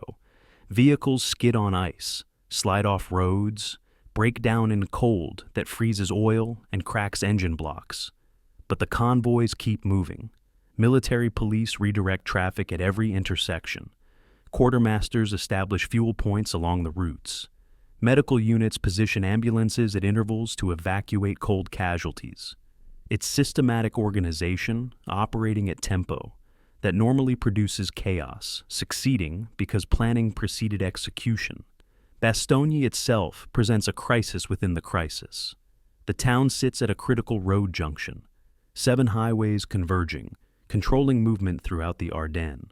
German forces surround the town on December 20th, trapping 18,000 American troops, including the 101st Airborne Division. The garrison has limited ammunition, minimal food, no winter clothing for sustained siege. German commanders deliver surrender ultimatum on December 22nd. Brigadier General Anthony McAuliffe, acting division commander, responds with one word: nuts. It becomes the battle's most famous quotation. American defiance in one syllable. But defiance doesn't break sieges. The garrison needs relief within days, or they'll be overrun through attrition if not direct assault. Patton's attack has to succeed, not just in reaching Bastogne, but in breaking through German forces strong enough to surround 18,000 Americans. December 22nd, 0600 hours. Combat Command. A. 4th Armored Division attacks north from Arlon. Belgium toward Bastogne, 25 miles distant. The division has 48 hours to cover that distance, break through German defenses, relieve the garrison. Any slower, and the 101st Airborne runs out of ammunition. The advance immediately encounters opposition. German Panzer-Lehr Division, 5th Fallschirmjäger Division, elements of Führer Grenadier Brigade. These aren't rear echelon troops or demoralized defenders. They're elite formations fighting for their Ardennes offensive success. The American armor battles forward against determined resistance. Progress measures in hundreds of yards. Villages become battlefields. Martelange, Warnock, Tintange. Each name costs American lives. 4th Armored loses 50% of its tank strength in 72 hours of continuous combat. December the 26th, 1645 hours. Lieutenant Charles Boggess commands the lead tank platoon, Company C, 37th Tank Battalion, 4th Armored Division. His 5 Sherman tanks reach Bastogne's southern perimeter after 4 days of fighting through German defenses. He radios, "Come here! This is 4th Armored!" A dirt-covered paratrooper emerges from foxhole, stares at the tanks, shouts to his company, "The Krauts are supposed to be sunk, but those are Americans." The relief of Bastogne is complete. The siege is broken. Third Army has achieved exactly what Patton promised at Verdun. Arrived in 72 hours, attacked on December 22nd, relieved the garrison within 4 days. The maneuver is textbook perfect except for one detail: 15,000 Third Army casualties in the relief operation. Patton's promises didn't include casualty estimates, and the cost was steep. Eisenhower's response to Bastogne reveals his complex relationship with Patton. In public, he's effusive, press conferences praising Third Army's brilliant maneuver, citations for Patton's leadership, recommendations for medals. It's the first unqualified public compliment Eisenhower has given Patton since North Africa. The relief of Bastogne is too spectacular, too obviously Patton's personal achievement, to diminish through qualified praise or shared credit. For once, Eisenhower can celebrate subordinate success without political calculation, without worrying that Patton's glory undermines coalition unity. Because this time, Patton's success saved Allied strategic position. The Bastogne relief stopped German offensive momentum, prevented potential breakthrough to Meuse River, demonstrated American capacity to respond decisively to unexpected crisis. It vindicated Eisenhower's decision to keep Patton in command, despite slapping scandals, FUSAG, exile, constant insubordination. Patton just proved he's worth the trouble. But privately, Eisenhower remains frustrated with Patton for reasons the Bastogne success doesn't erase. After relieving the siege, Patton wants to continue north, cutting off the entire German salient at its base, potentially encircling tens of thousands of German troops. Eisenhower orders conservative consolidation instead. Eliminate the bulge gradually through coordinated attacks from north and south, avoiding risks. Patton believes they're missing opportunity to destroy German reserves in single decisive battle. Eisenhower believes cutting off the salient risks American forces getting cut off themselves if Germans react unexpectedly. They're replaying Falaise' argument, Patton seeing decisive victory through aggressive maneuver, Eisenhower seeing potential disaster through overextension. This time, Eisenhower's caution probably prevents American catastrophe. German forces in the bulge are stronger than intelligence estimated, and aggressive encirclement might have produced a reversed Bastogne, with American forces surrounded instead of relieved.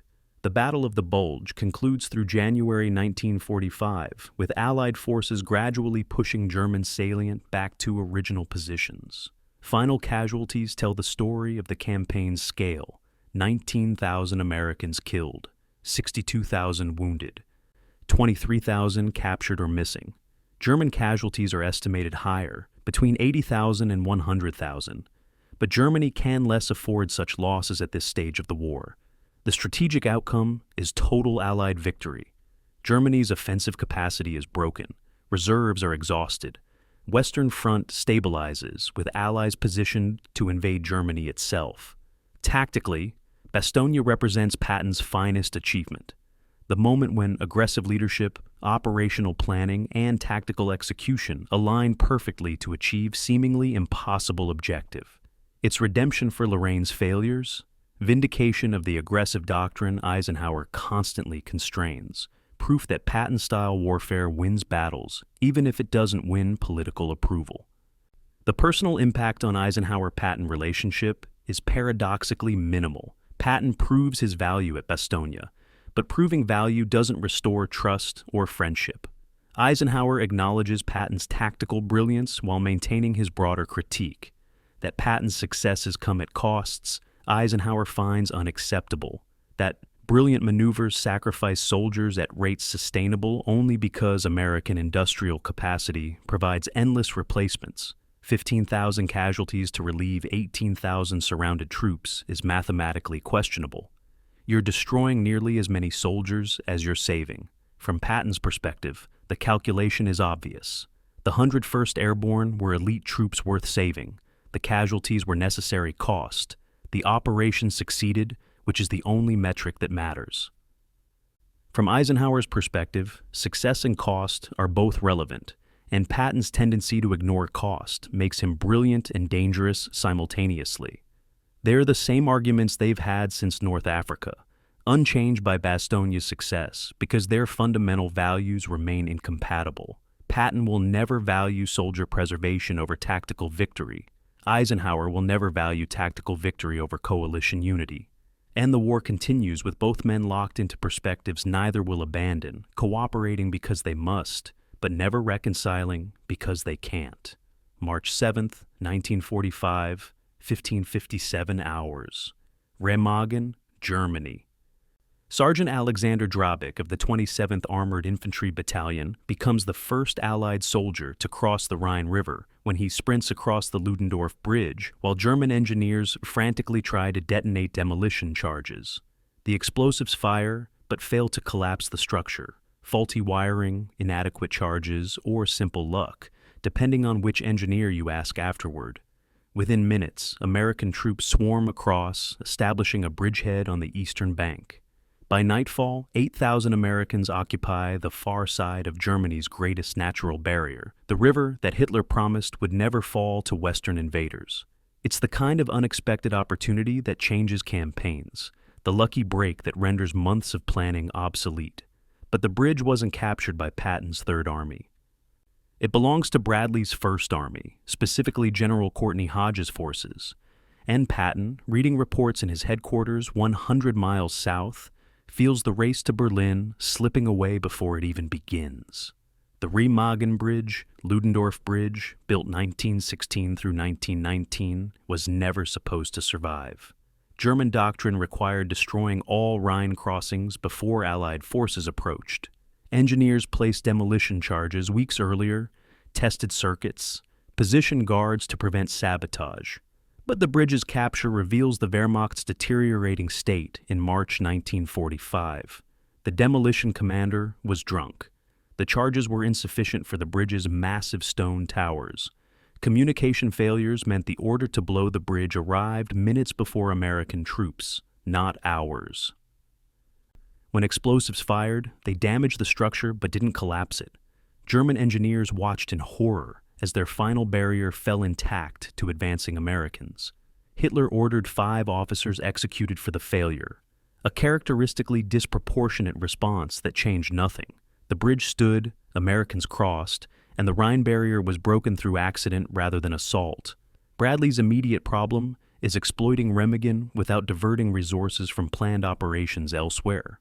Eisenhower's strategy calls for multiple Rhine crossings, Montgomery's massive set-piece assault in the north, Patton's crossing in the south, Bradley's in the center, coordinated to prevent Germans from concentrating reserves against any single bridgehead. Remagen upsets this careful planning. Bradley could pour divisions through the unexpected opening, exploiting deep into Germany while defenses are thin, but that requires diverting supplies and reserves from other operations, potentially causing those offensives to fail. Bradley characteristically chooses middle path.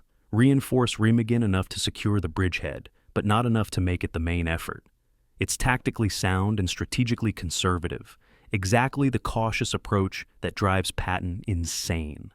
March 22nd, 2200 hours. Patton's 5th Infantry Division crosses the Rhine at Oppenheim in assault boats, achieving what Remagen made anticlimactic. A contested river crossing against defended positions. The operation is small-scale compared to Montgomery's preparations. 6 battalions in the initial wave, no preliminary bombardment, minimal air support. Patton deliberately keeps it quiet, wanting to cross before Germans reinforce the sector, wanting to achieve the crossing on his own terms rather than following Remagen's accidental success. By dawn, March 23rd, 5,000 Americans are across with minimal casualties. Patton immediately calls Bradley with news phrase to maximize irritation to Montgomery. "Brad, don't tell anyone, but I'm across. For God's sake, tell the world we're across before Monty." It's vintage Patton, turning military operation into publicity competition. measuring success by who gets headlines rather than strategic objectives achieved. Montgomery's Operation Plunder provides spectacular contrast.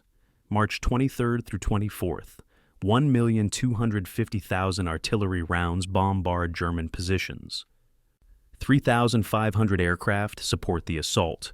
2 airborne divisions drop behind German lines. 37,000 British, Canadian, and American troops cross the Rhine in the largest opposed river crossing since D-Day.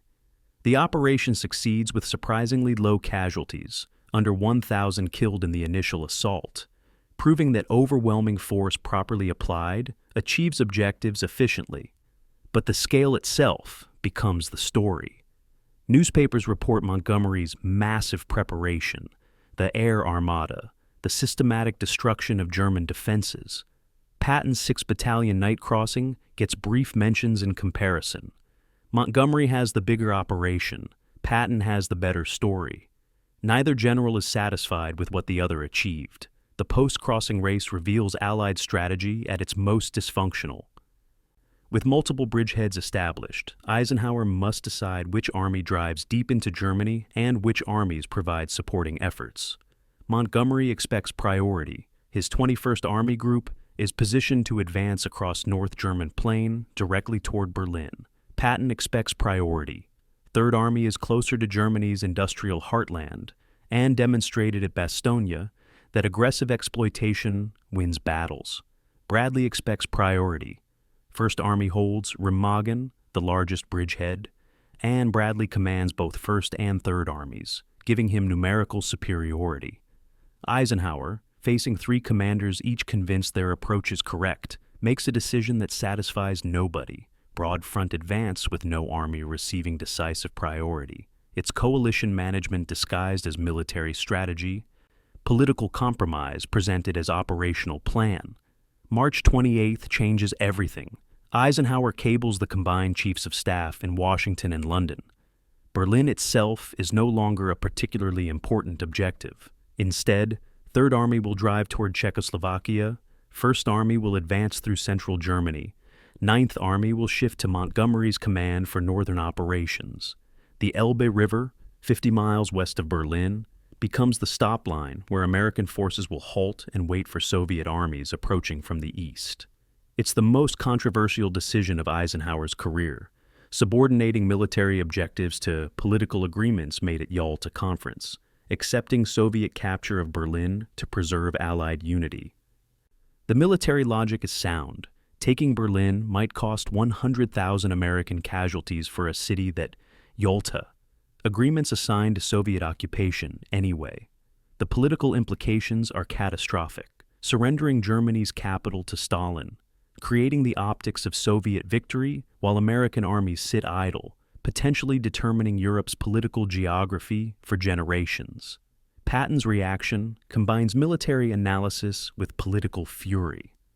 In his diary, March 29th, he writes, "We could be in Berlin in 3 days if we ignored orders and just drove. The Russians are still 200 miles out. We're 50 miles from the Elbe, which is 50 miles from Berlin. Simple arithmetic says we get there first. But Ike won't do it because he's worried about offending Stalin. We're going to win this war and lose the peace because political generals can't see past coalition management." The analysis is partially correct. 3rd Army could probably reach Berlin before Soviet forces if given priority for fuel and air support. But 3 days is Patton's usual optimistic timeline that ignores logistics, German resistance, and the fact that Soviet armies approaching Berlin number 2 million troops across multiple fronts, while 3rd Army numbers 400,000 spread across 200 miles of front. Reaching Berlin first is theoretically possible, but practically unlikely.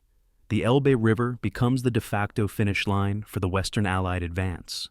By mid-April, American forces reach the river at multiple points: 1st Army at Magdeburg, 9th Army at Wittenberg, and halt as ordered.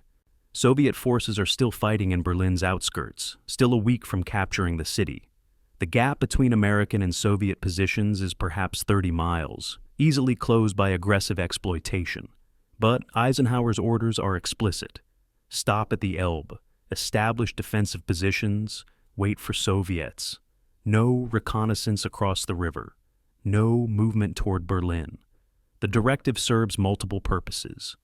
Prevents accidental clashes between Western and Soviet forces, preserves Allied unity in war's final weeks, demonstrates American compliance with Yalta agreements, but it also surrenders initiative, accepts secondary role in Germany's final defeat, creates the image of Americans sitting idle while Soviets win the final battle. April 25th, Torgau, on the Elbe.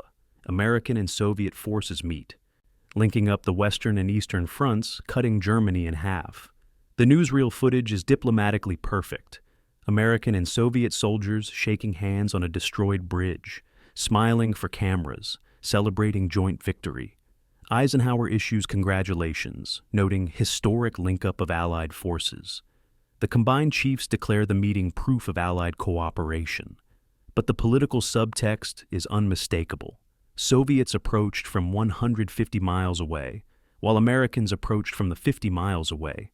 Yet both arrived simultaneously because Americans stopped advancing and Soviets didn't. The race to Germany was won by the side that kept running after the other side stopped. Patton watches the Torgau footage and sees vindication of his worst fears about political generals surrendering military advantage to preserve diplomatic relationships. The military debate about Berlin will continue for decades. Eisenhower's defenders argue that capturing Berlin would have cost 100,000 casualties for a city assigned to Soviet occupation, that American lives matter more than symbolic victories, that Yalta agreements couldn't be unilaterally violated without destroying Allied coalition.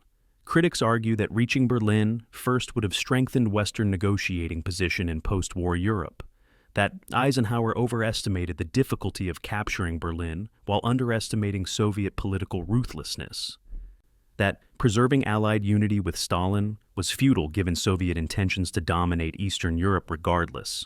Both positions are defensible.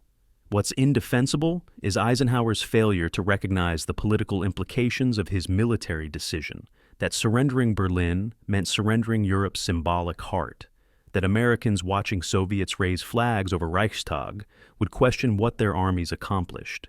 Patton's bitterness about Berlin defines his final months. Every decision Eisenhower makes from April through August seems designed to validate Patton's critique. Political considerations trump military logic. Coalition management matters more than victory.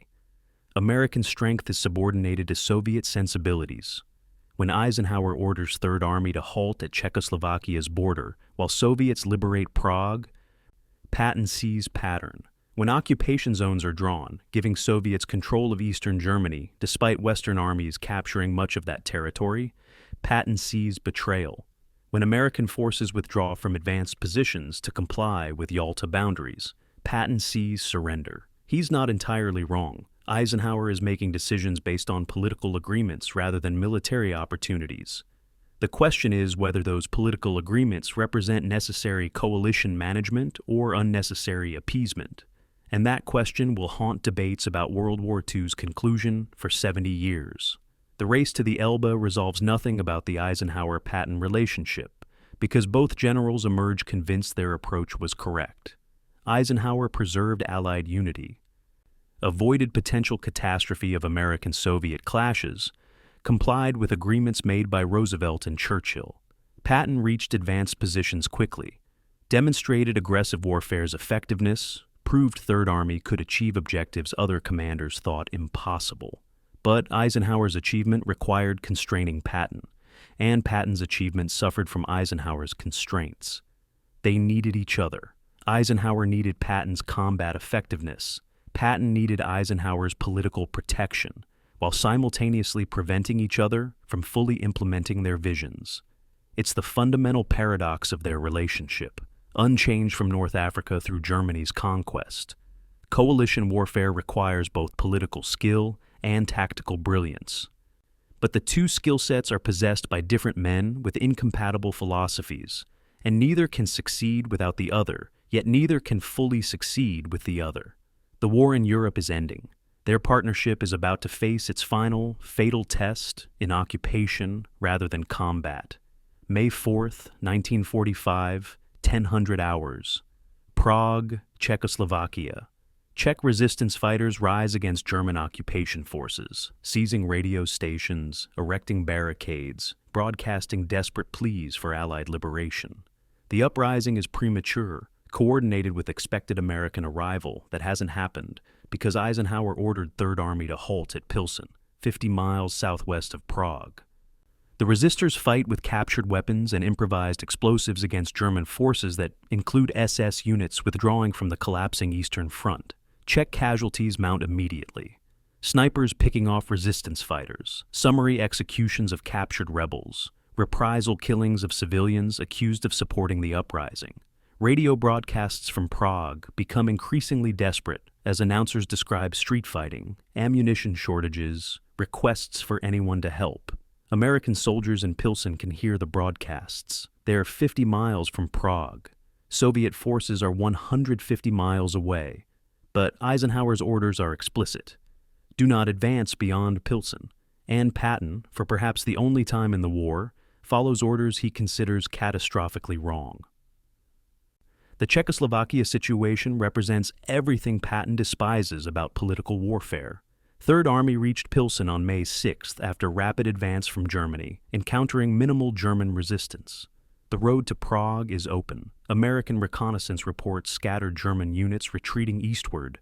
No prepared defensive positions. Token opposition. 4th Armored Division could reach Prague in 12 hours. 12th Armored Division could follow within 24 hours. The entire Third Army could occupy western Czechoslovakia within 48 hours, liberating Prague before Soviet forces arrive. But Eisenhower made an agreement with Stalin in April. Soviet armies will liberate Prague and occupy Czechoslovakia per Yalta Conference spheres of influence determining post-war occupation zones. American forces will stop at the Pilsen-Carlsbad line, waiting for Soviets to complete Prague's capture. It's politically neat and militarily insane, condemning Czech resistance fighters to die while American armies sit idle 50 miles away. May 5th, Patton requests permission to advance. His message to Bradley is direct. Czech resistance has started. Prague is requesting American assistance. I can be there tomorrow with 2 divisions. Request authority to proceed. Bradley forwards the request to Eisenhower with endorsement. Patton's forces are positioned to liberate Prague quickly. Recommend approval. Eisenhower's response comes within hours, remarkably swift for Schaeff bureaucracy. You must not, I repeat, not advance beyond the Pilsen-Carlsbad line. Soviet forces are advancing toward Prague per agreement with Marshal Stalin. American forces will hold current positions. The message is unambiguous. There's no room for Patton's usual creative interpretation of orders. Eisenhower has drawn a line, literally on maps, figuratively in command authority, and Patton cannot cross it without direct insubordination that would end his career. The military logic of Eisenhower's order is defensible. American and Soviet forces are converging on Central Europe from opposite directions. Without clear demarcation lines, accidental clashes are inevitable, American and Soviet troops shooting each other because nobody knows who controls which territory.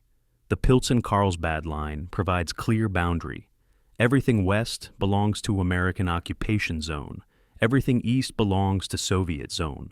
Crossing that line risks friendly fire incidents between supposed allies, potentially triggering larger conflicts. Better to accept temporary Czech suffering than risk permanent rupture between America and Soviet Union. That's the political calculation Eisenhower makes, valuing post-war stability over immediate humanitarian concerns. It's exactly the kind of calculation that Patton considers morally bankrupt and strategically stupid. May 7th, Germany surrenders unconditionally. The war in Europe is officially over. But Prague's uprising continues because German forces in Czechoslovakia haven't received surrender orders or choose to ignore them. SS units fight Czech resistance with the fury of men who know they're war criminals facing justice. The street fighting intensifies. Resistance fighters defending the Old Town Square, Germans shelling civilian neighborhoods, summary executions of captured fighters. Czech radio broadcasts become increasingly frantic. Where are the Americans? Where are the Soviets? We cannot hold much longer. American soldiers in Pilsen listen to these broadcasts and understand enough Czech and German to know what's happening. They ask their officers when they're advancing, the officers explain they're not advancing, the soldiers ask why not. The officers have no answer that makes moral sense. May 9th, Soviet forces enter Prague 38 hours after German surrender, 3 days after they could have been liberated by Americans sitting 50 miles away. The Red Army arrives as liberators and conquerors simultaneously, freeing Prague from Nazi occupation while establishing Soviet control that will last 43 years. Stalin makes sure the world knows who liberated Czechoslovakia. Soviet newsreels show Red Army soldiers welcomed by grateful Czechs, Soviet flags flying over Prague Castle, Soviet commanders accepting German surrenders. There's no mention of American forces that reached positions 50 miles away days earlier but stopped advancing. No acknowledgement of the Pilsen-Carlsbad Agreement that prevented American liberation. In Soviet propaganda, the Red Army alone defeated Germany and liberated Eastern Europe. And because Eisenhower kept American armies west of the demarcation line, Stalin's propaganda becomes historical reality. The human cost of Eisenhower's decision emerges in casualty reports. Between May 5th and May 9th, 1,694 Czech civilians died in Prague uprising. 1,600 more were wounded. German forces executed 300 prisoners in the final days before Soviet arrival. Most of these casualties occurred after May 7th, after Germany's official surrender, while American forces sat idle in Pilsen. The question that haunts military historians is simple. Would American liberation have prevented these deaths? The answer is almost certainly yes. If Third Army advanced on May 6th as Patton requested, Prague would have been occupied by May 7th, before the worst atrocities occurred. The uprising would have ended earlier with fewer casualties. Czech civilians would have been spared 3 days of street fighting and reprisals, but they would also have been in American occupation zone rather than Soviet zone, changing Czechoslovakia's political future entirely. Patton's diary entry May 8th captures his rage. We should go on to the western borders of Russia and tell them where to get off. This may mean another war, but if so, we should start it now, when we have the ball and they don't. In 48 hours, I could take Prague. In 10 days, I could have American troops along the Vistula River. We will regret for a century that we did not do this. The entry is simultaneously prescient and reckless. Prescient because it predicts the Cold War that will dominate the next 45 years, recognizes that Soviet expansion into Eastern Europe creates problems that peaceful coexistence won't solve.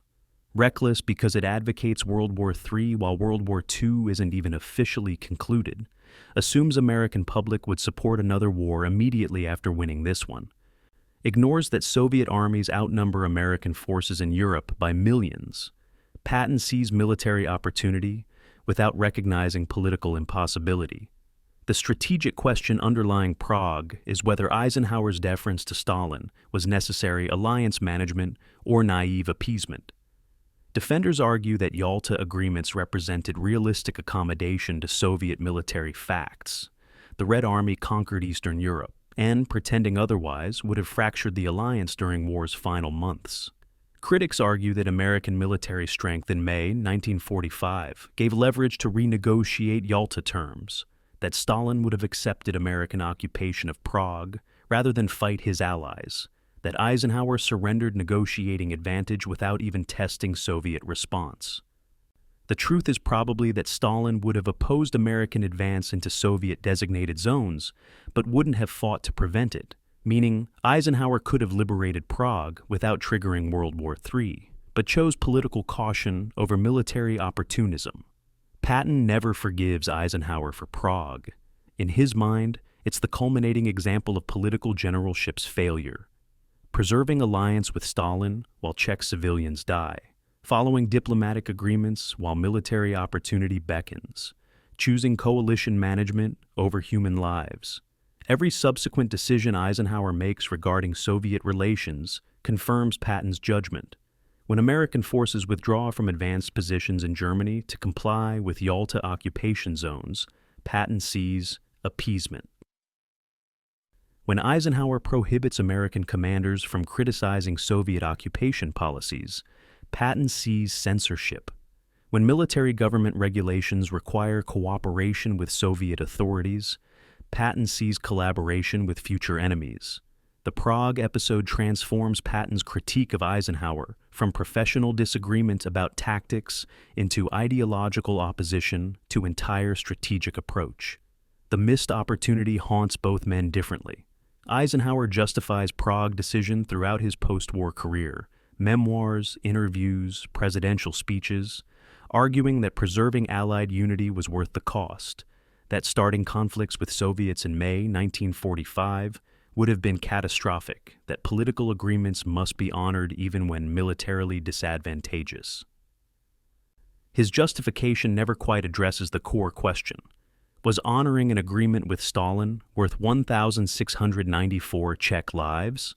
Patton never writes memoirs because he dies 7 months after Prague, but his diary entries and letters make clear he considered Prague the war's greatest mistake.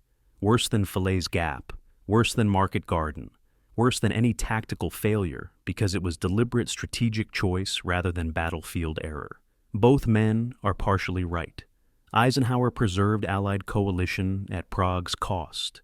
Patton saw clearly that preservation meant abandonment, and the Czech people paid for both generals' choices with 43 years of Soviet occupation that could have been prevented if American armies had crossed a line on a map drawn in conference rooms rather than battlefields.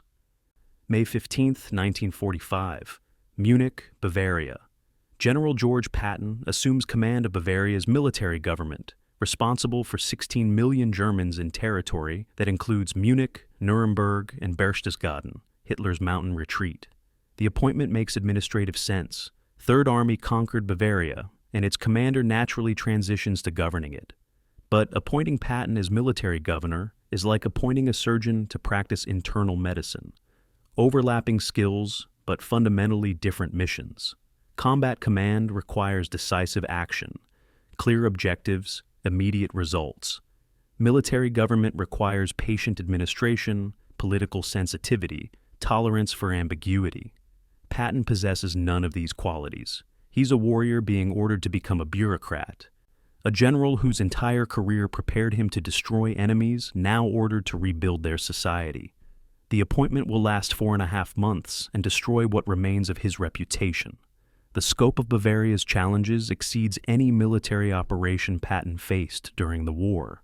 16 million Germans require food, shelter, and medical care in a society where infrastructure is shattered.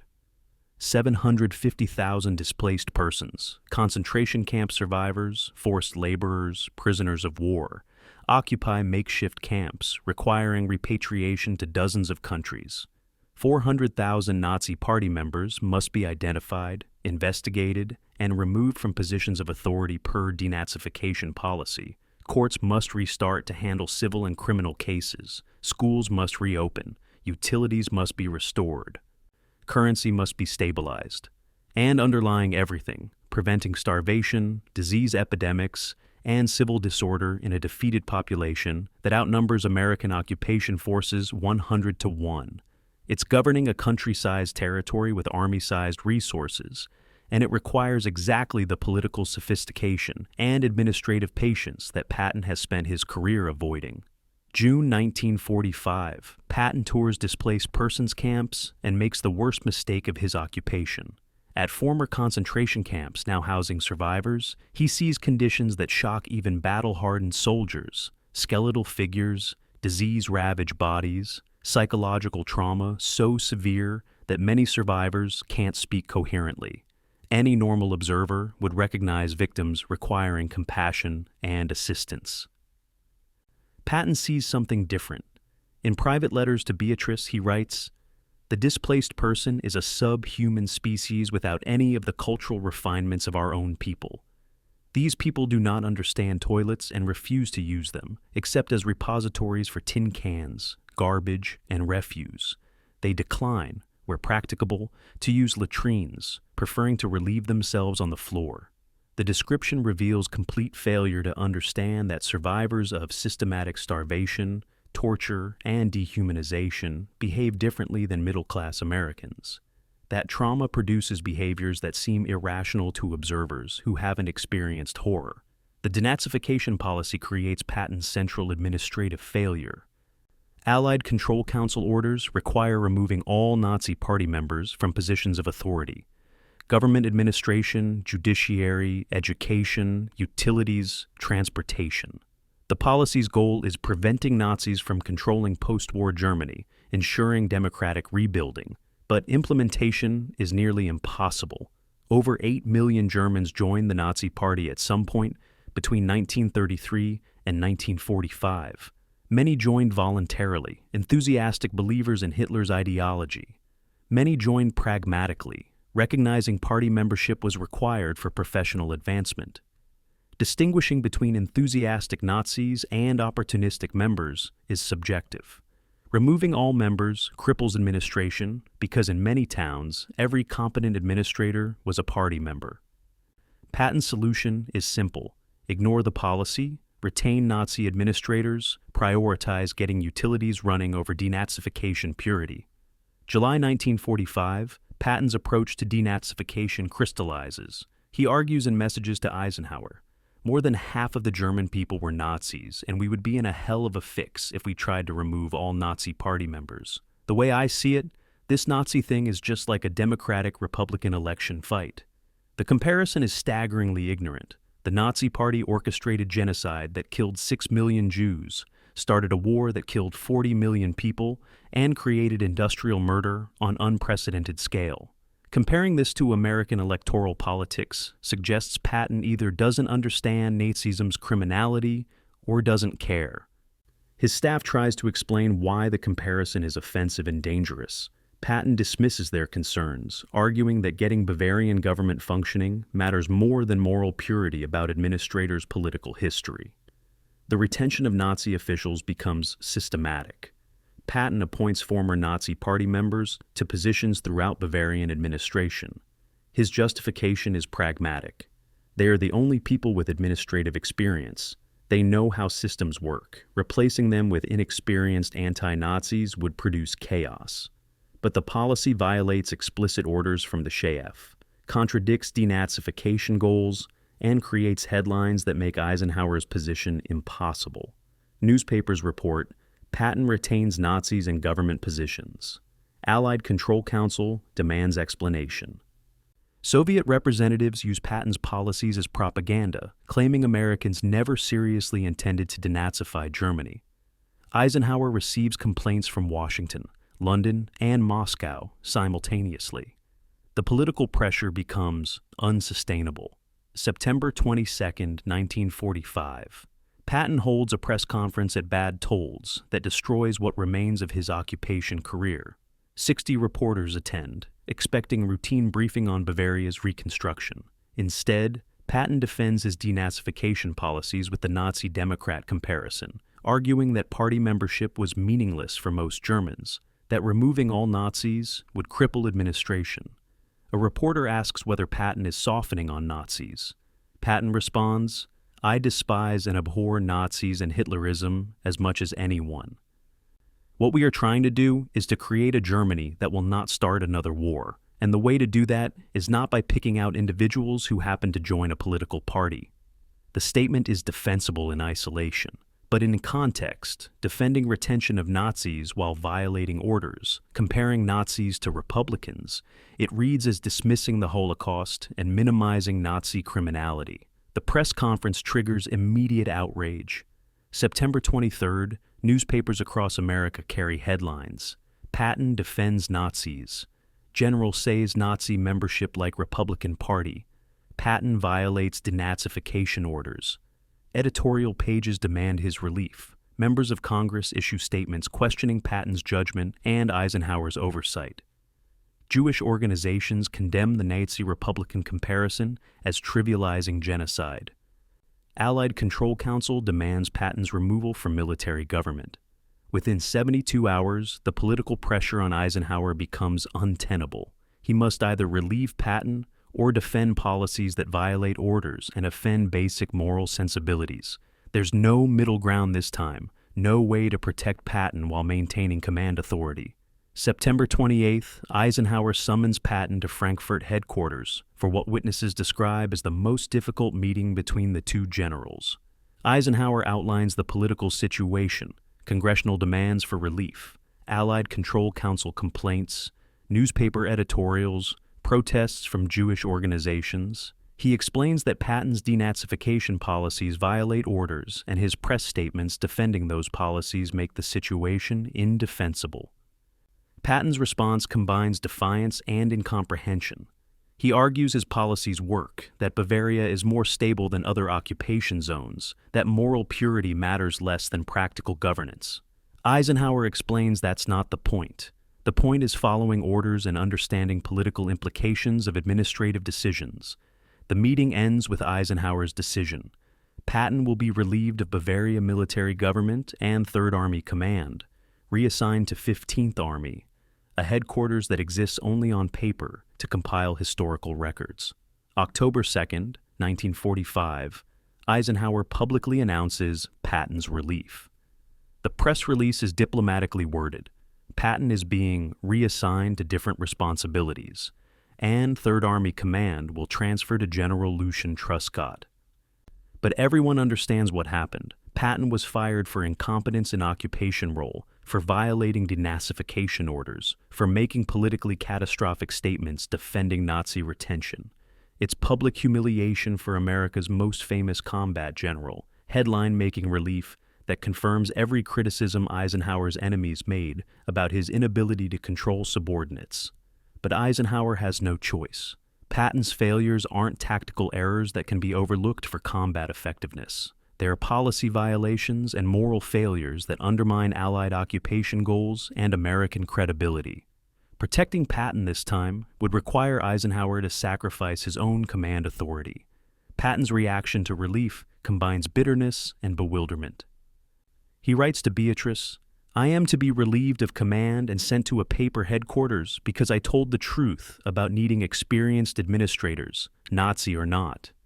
Ike has let politicians destroy me because he lacks the courage to stand up to them. This is the thanks I get for winning the war." The letter reveals Patton's complete failure to understand occupation's requirements. He genuinely believes he did nothing wrong, that efficiency matters more than denazification, that his combat record should excuse administrative failures. He can't grasp that being a brilliant general doesn't qualify someone to govern 16 million civilians, that military skill and political sensitivity are different competencies, that occupation requires different values than combat. It's the final evidence that Patton and Eisenhower operate in fundamentally different moral universes. Patton's where results justify methods, Eisenhower's where methods matter as much as results. The denazification crisis reveals the fundamental limit of the Eisenhower-Patton partnership. During wartime, Eisenhower could tolerate Patton's political insensitivity because combat effectiveness mattered supremely. Slapping soldiers, making inappropriate statements, insubordination, all could be managed or forgiven because Patton won battles. But occupation isn't combat.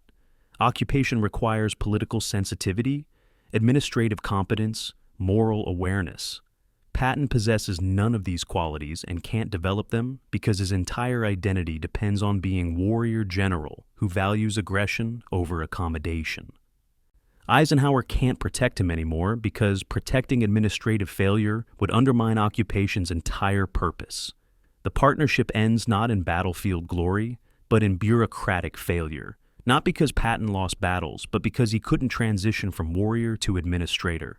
And the tragedy is that both men should have known this would happen. Patton is brilliant at breaking things. Reconstruction requires building things. Assigning him to military government was predictable disaster that Eisenhower approved anyway, perhaps hoping Patton could adapt, perhaps unable to find alternative assignment, perhaps willing to risk Patton's failure if it meant removing him from combat role. Whatever the motivation, the result is inevitable. Patton's final command ends in relief rather than victory. October 7th, 1945, Bad Nauheim, Germany. General George Patton stands before assembled Third Army officers to formally relinquish command. He's 60 years old, wearing full-dress uniform with every decoration earned across 32 years of service. His voice, normally commanding and certain, breaks repeatedly during 19 minutes of remarks. He speaks about Third Army's accomplishments, 281 days of combat, 12 countries liberated, 1,280,000 prisoners captured, 281,000 enemy casualties inflicted. He thanks officers for their service, praises soldiers who fought and died, attempts to explain why he's being replaced. But the explanations trail off into silence. Everyone present knows why Patton is being relieved. He failed at occupation, violated orders, made statements defending Nazis. No amount of combat achievement erases administrative incompetence. The ceremony concludes with Patton saluting General Lucian Truscott, his successor. Photographers capture the moment, Patton's face showing devastation barely contained, Truscott's showing discomfort at witnessing his former commander's humiliation. Third Army passes to new leadership, and Patton becomes irrelevant. The 15th Army assignment is elegant punishment disguised as important work. The Army headquarters consists of 35 officers in Bad Nauheim, a German spa town 90 minutes north of Bavaria, chosen because facilities exist for small staff rather than operational necessity. 15th Army's mission is documenting European theater operations, compiling unit histories, analyzing battles, preserving lessons learned. It's necessary work requiring meticulous staff officers, not combat commanders. Patton's role is nominally commanding this documentation effort, actually sitting in an office reading after-action reports while younger generals command real armies rebuilding Germany. The contrast with 6 months earlier is devastating. June 1945. Patton commanded Third Army, 400,000 troops, governing Bavaria. October 1945. Patton commands 35 staff officers writing historical summaries. Its reduction from warrior to clerk, from operational commander to bureaucratic administrator. Patton's psychological deterioration through October and November is documented in his diary with painful clarity. October 15th. Another war has ended, and with it my usefulness to the world. I have been reduced to a paper pusher, documenting battles fought by soldiers now dispersed to peacetime assignments. This is a hell of a way to end a career. October 28th. Visited 15th Army headquarters to review documentation progress. The work is competent but meaningless. Wars are fought with bullets, not bureaucracy. I am wasting my final months cataloging what I should be commanding. November 18th. Received letter from Beatrice asking when I'm coming home. Soon, I told her. There's nothing keeping me here except orders I don't respect and work that doesn't matter. I want to go home and never see another staff report. The letters to Beatrice reveal deeper anguish than public statements allow. He writes of feeling put on the shelf like outdated equipment, of believing politicians destroyed me because I told truths they couldn't handle, of resenting that Eisenhower sacrificed our friendship to protect his political career. He contemplates resignation multiple times, drafting letters requesting retirement that he never submits. What stops him is unclear, perhaps loyalty to the Army, despite feeling betrayed, perhaps hope for future assignment, despite evidence none will come, perhaps inability to imagine life outside military service that defined him for 3 decades. The documentation work continues through November and early December, Patton reviewing reports and approving historical compilations, while counting days until planned departure to United States on December 10th. December 8th, 1945, morning. Patton decides to go pheasant hunting near Mannheim, 70 miles south of Bad Nauheim. It's his last day before planned departure. After this hunt, he'll return to headquarters, finalize affairs, depart for America. The hunting trip is recreational, chosen because Mannheim area has good game, and Patton wants one final hunt before leaving Germany. He invites his chief of staff, General Hobart Gay, and brings 2 hunting dogs. They depart Bad Nauheim at 0900 hours in Patton's staff car, a 1938 Cadillac Model 75 that's been his transportation throughout the occupation. The driver is Private First Class Horace Woodring, Patton's regular driver. They expect to return by evening. Patton is scheduled to leave Germany in 48 hours. finally escaping the bureaucratic exile that ended his combat career. The route from Bad Nauheim to Mannheim takes them south on normal traffic routes through American occupation zone. Traffic is heavy. Military convoys, civilian vehicles, displaced persons traveling between cities. The Cadillac is large and comfortable, but not armored, standard staff car rather than combat vehicle. Patton sits in the rear seat with Gay, discussing hunting prospects and travel arrangements. Around 11:45 hours, approaching Mannheim on the road near Käfertal intersection, an American 2.5-ton truck driven by Private Robert Thompson pulls out from a side road. Woodring tries to brake. The vehicles collide at low speed, perhaps 20 miles per hour. The truck's side contacts the Cadillac's front. Nobody in the truck is seriously injured. Gay suffers minor cuts. Woodring is shaken but unhurt. Patton, sitting in the rear seat, is thrown forward against the glass partition separating driver and passenger compartments. The impact crushes Patton's head against the partition, causing cervical spine fracture between the third and fourth vertebrae. The spinal cord is severed, producing immediate quadriplegia, paralysis from the neck down. Patton remains conscious, recognizing immediately what happened. His first words after the crash, "This is a hell of a way to die." He's moved carefully from the vehicle, transported to 130th Station Hospital in Heidelberg, examined by neurosurgeons who confirm the worst. C3-C4, compression fracture with cord transection, no hope of recovery, death likely within days from complications.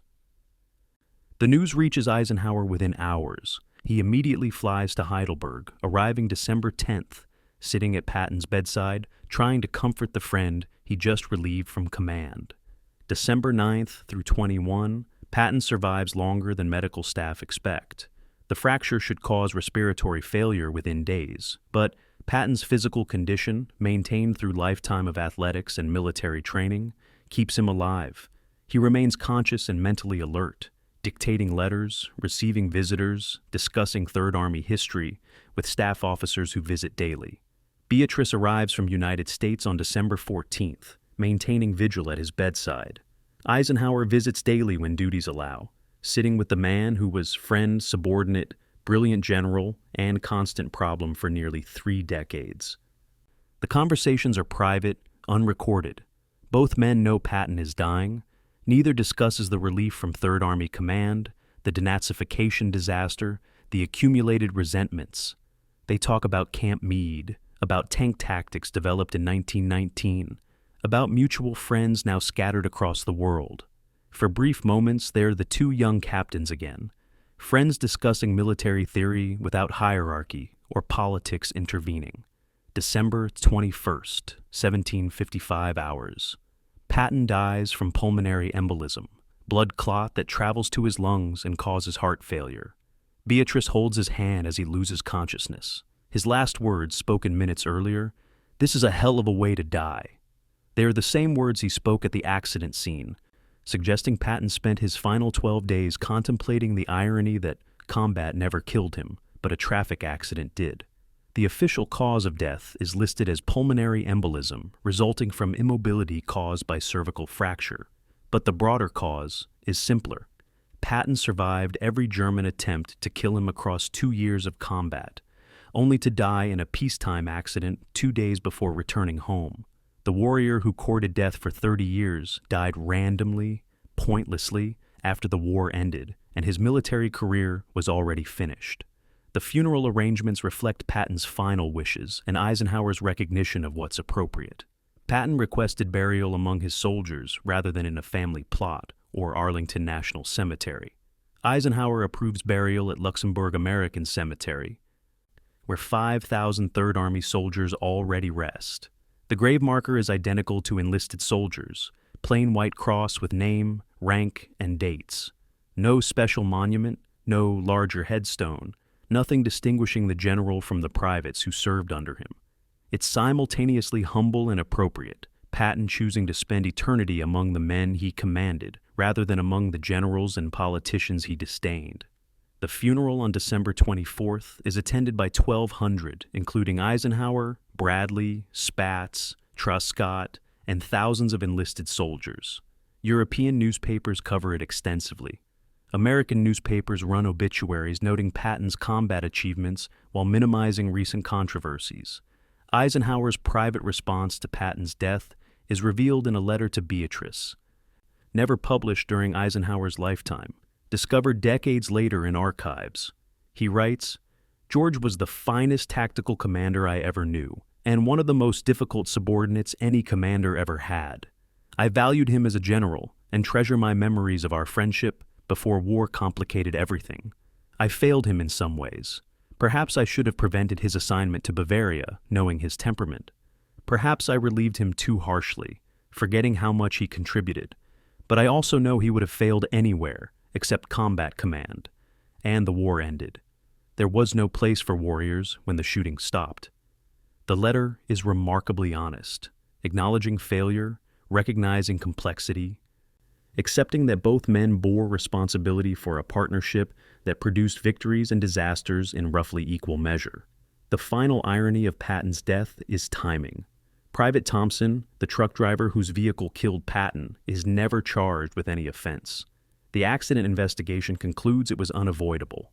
Thompson pulled out without seeing the Cadillac due to blind corner. Woodring couldn't stop despite immediate braking. Collision occurred at low speed that shouldn't have caused fatalities. In other words, Patton died because of simple bad luck rather than error or malice. Thompson suffers survivor's guilt for the rest of his life, aware that he killed America's most famous general, but legally blameless. The randomness seems cosmically appropriate for Patton, a man who spent his life seeking glorious death in combat, who believed warriors should die on battlefields rather than in beds, who courted danger throughout World War II, dies from a peacetime traffic accident that could have happened to anyone. The war didn't kill him, neither did German armies nor his own recklessness. Simple accident killed him, proving that fate has crueler sense of irony than any novelist would dare invent. December 9th, 1945, 11:50 hours. The collision occurs at Käfertal intersection near Mannheim, with impact forces that would barely dent modern vehicles, but prove fatal in a 1938 Cadillac lacking safety features. The physics are simple and terrible. Patton's body, propelled forward by deceleration, strikes the glass partition separating driver and passenger compartments with force concentrated on his head and upper spine. The third and fourth cervical vertebrae, bones protecting spinal cord at neck level, fracture under compression. The spinal cord, soft neural tissue controlling everything below the injury, severs partially.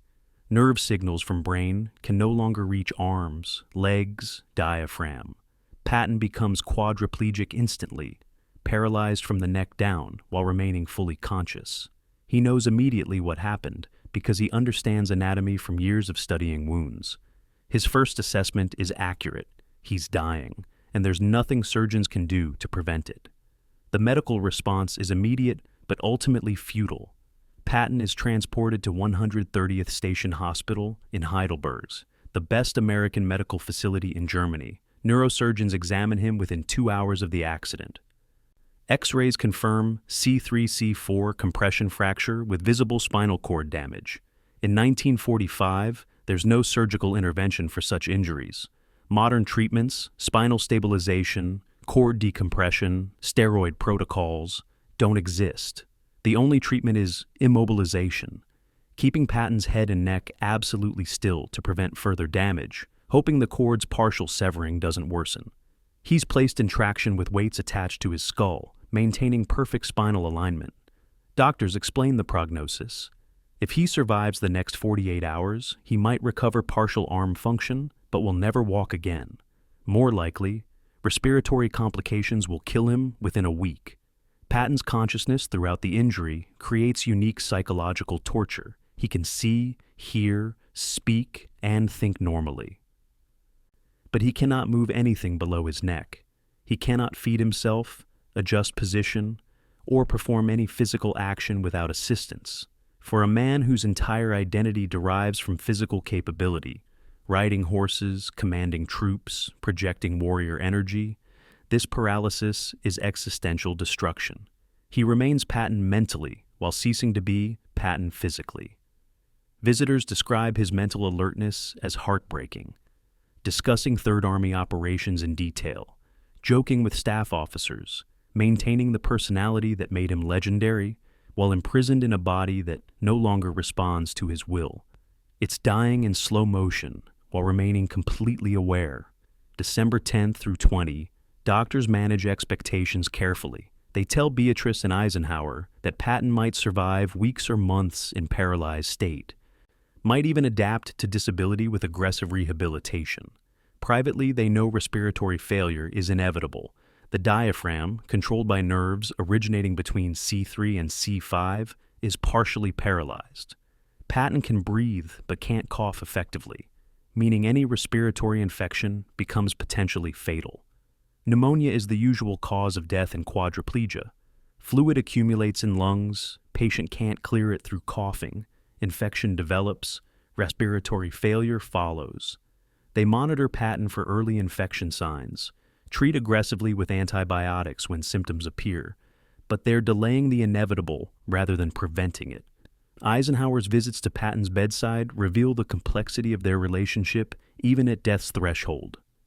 He arrives December 10th and returns daily through December 21st, spending hours sitting with Patton, sometimes talking, sometimes in silence. They discuss old times, Camp Meade, North Africa, Sicily. They don't discuss recent history, the denazification disaster, Patton's relief from command, the 15th Army assignment that was really exile. Perhaps both men recognize those topics are too painful for final conversations. Perhaps they're trying to recover fragments of the friendship that existed before war and hierarchy destroyed it.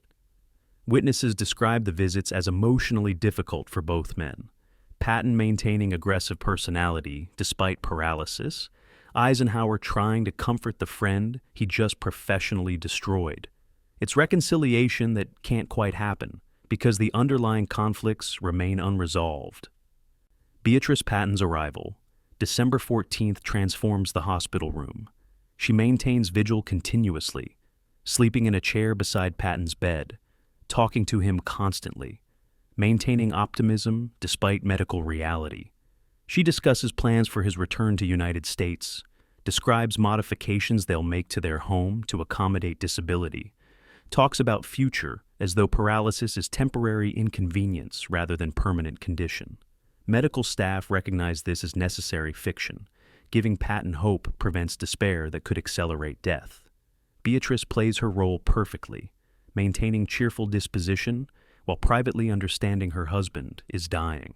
The love between them, tested by 35 years of marriage to a difficult man, manifests in her refusal to acknowledge that these are final days. December 21st, afternoon, Patton's condition deteriorates rapidly. Respiratory rate increases as lungs struggle to exchange oxygen. Heart rhythm becomes irregular as cardiovascular system compensates for failing respiration. Doctors recognize the signs: pulmonary embolism, blood clot traveling to lungs, final complication that will cause death within hours. They explain to Beatrice and Eisenhower that nothing more can be done. Patton remains conscious, understanding his condition, making final requests. He asks Beatrice to ensure his burial among Third Army soldiers rather than in family plot. He asks Eisenhower to take care of his staff officers. He says goodbye to doctors and nurses who cared for him for 12 days. Then respiratory failure progresses to the point where speech becomes impossible. 1755 hours. December 21st, 1945. Patton loses consciousness as oxygen levels drop below sustainable levels. Heart failure follows within minutes. The heart, receiving insufficient oxygen, simply stops beating. Beatrice holds his hand as he dies, maintaining the vigil she kept for 12 days. Eisenhower is present but standing back, allowing Beatrice the final moments. Medical staff note the time and cause of death: pulmonary embolism resulting from immobility caused by cervical spinal cord injury, sustained in vehicle accident December 9th. Patton's body is preserved for burial. Preparations begin for military funeral, and the news spreads across Europe and America. George Patton is dead at age 60, killed not by Germans, but by random accident 2 days before returning home. The immediate press coverage reveals the transformation already beginning. Newspapers that demanded Patton's relief 3 months earlier for Nazi sympathies now publish glowing obituaries celebrating combat achievements. The denazification controversy is mentioned briefly, dismissed as controversy during occupation assignment, overshadowed by paragraphs describing Sicily, Bastogne, the race across France. Editorial pages that criticize Patton's administrative failures now praise his tactical brilliance. The slapping incidents, which nearly ended his career in 1943, are mentioned as temporary lapse in judgment rather than career-ending scandal. Within 48 hours of death, Patton is being transformed from disgraced general, relieved for incompetence, into martyred warrior who died serving his country. The actual man, brilliant, flawed, politically disastrous, disappears beneath the mythological figure newspapers prefer to remember. The funeral, December 24th at Luxembourg American Cemetery, is choreographed perfectly to reinforce emerging mythology. 1,200 attendees, including senior American and Allied commanders, honor guard from Third Army units, thousands of soldiers lining the route. Eisenhower delivers eulogy praising Patton's brilliant tactical leadership and devotion to soldiers under his command, without mentioning recent controversies. Patton is buried among 5,000 Third Army dead, his grave marker identical to theirs, simple white cross with name, rank, dates. The burial site is photographed extensively, becoming iconic image. Rows of identical white crosses, Patton's indistinguishable except for name. It's the image that will define public memory, Patton among his soldiers, buried with the men he commanded, warrior resting with warriors. The contrast between Patton's actual final months and the emerging mythology is stark. The real Patton died bitter, relieved from command, assigned to meaningless documentation work, frustrated by administrative failure and political defeat. The mythological Patton dying in newspapers died as conquering general, battlefield hero, warrior leader, beloved by troops. The real Patton defended Nazi administrators and compared party membership to American political parties. The mythological Patton never had such moral failures. Those are omitted from obituaries as inconvenient truths. The real Patton slapped hospitalized soldiers and nearly got court-martialed. The mythological Patton merely had high standards and expected excellence from his men. Death allows public memory to select which Patton to remember, and public memory prefers myths to complexity. Eisenhower's private grief is complicated by relief he can barely acknowledge. He genuinely mourns Patton, the friend from Camp Meade, the brilliant tactical commander, the difficult subordinate who won battles while creating headaches. But he's also relieved that Patton's death resolves problems that relief from command didn't solve. Living Patton would have returned to United States, given interviews criticizing occupation policy, written memoirs attacking Eisenhower's strategic decisions, become permanent thorn in Eisenhower's side during peacetime. Dead Patton becomes frozen in time at war's end, remembered for combat achievements, unable to embarrass Eisenhower further. It's terrible calculus, acknowledging relief at friend's death, but Eisenhower's diary suggests he recognizes it. The death solves problems that relieving Patton only partially addressed. The myth creation continues through 1946 and beyond. Third Army veterans publish memoirs emphasizing Patton's brilliance while minimizing his failures. Military historians write initial assessments focusing on Sicily and Bastogne, while barely mentioning occupation disasters. Patton's family, led by Beatrice, carefully manages his papers, releasing materials that support heroic narrative, while suppressing documents revealing darker aspects. The process is neither conspiratorial nor unusual. It's how societies remember controversial figures, selecting commemorable truths while forgetting uncomfortable ones. Within a year of death, Patton transitions from complex, flawed general into one-dimensional warrior hero. The transformation serves everyone's interests except historical accuracy.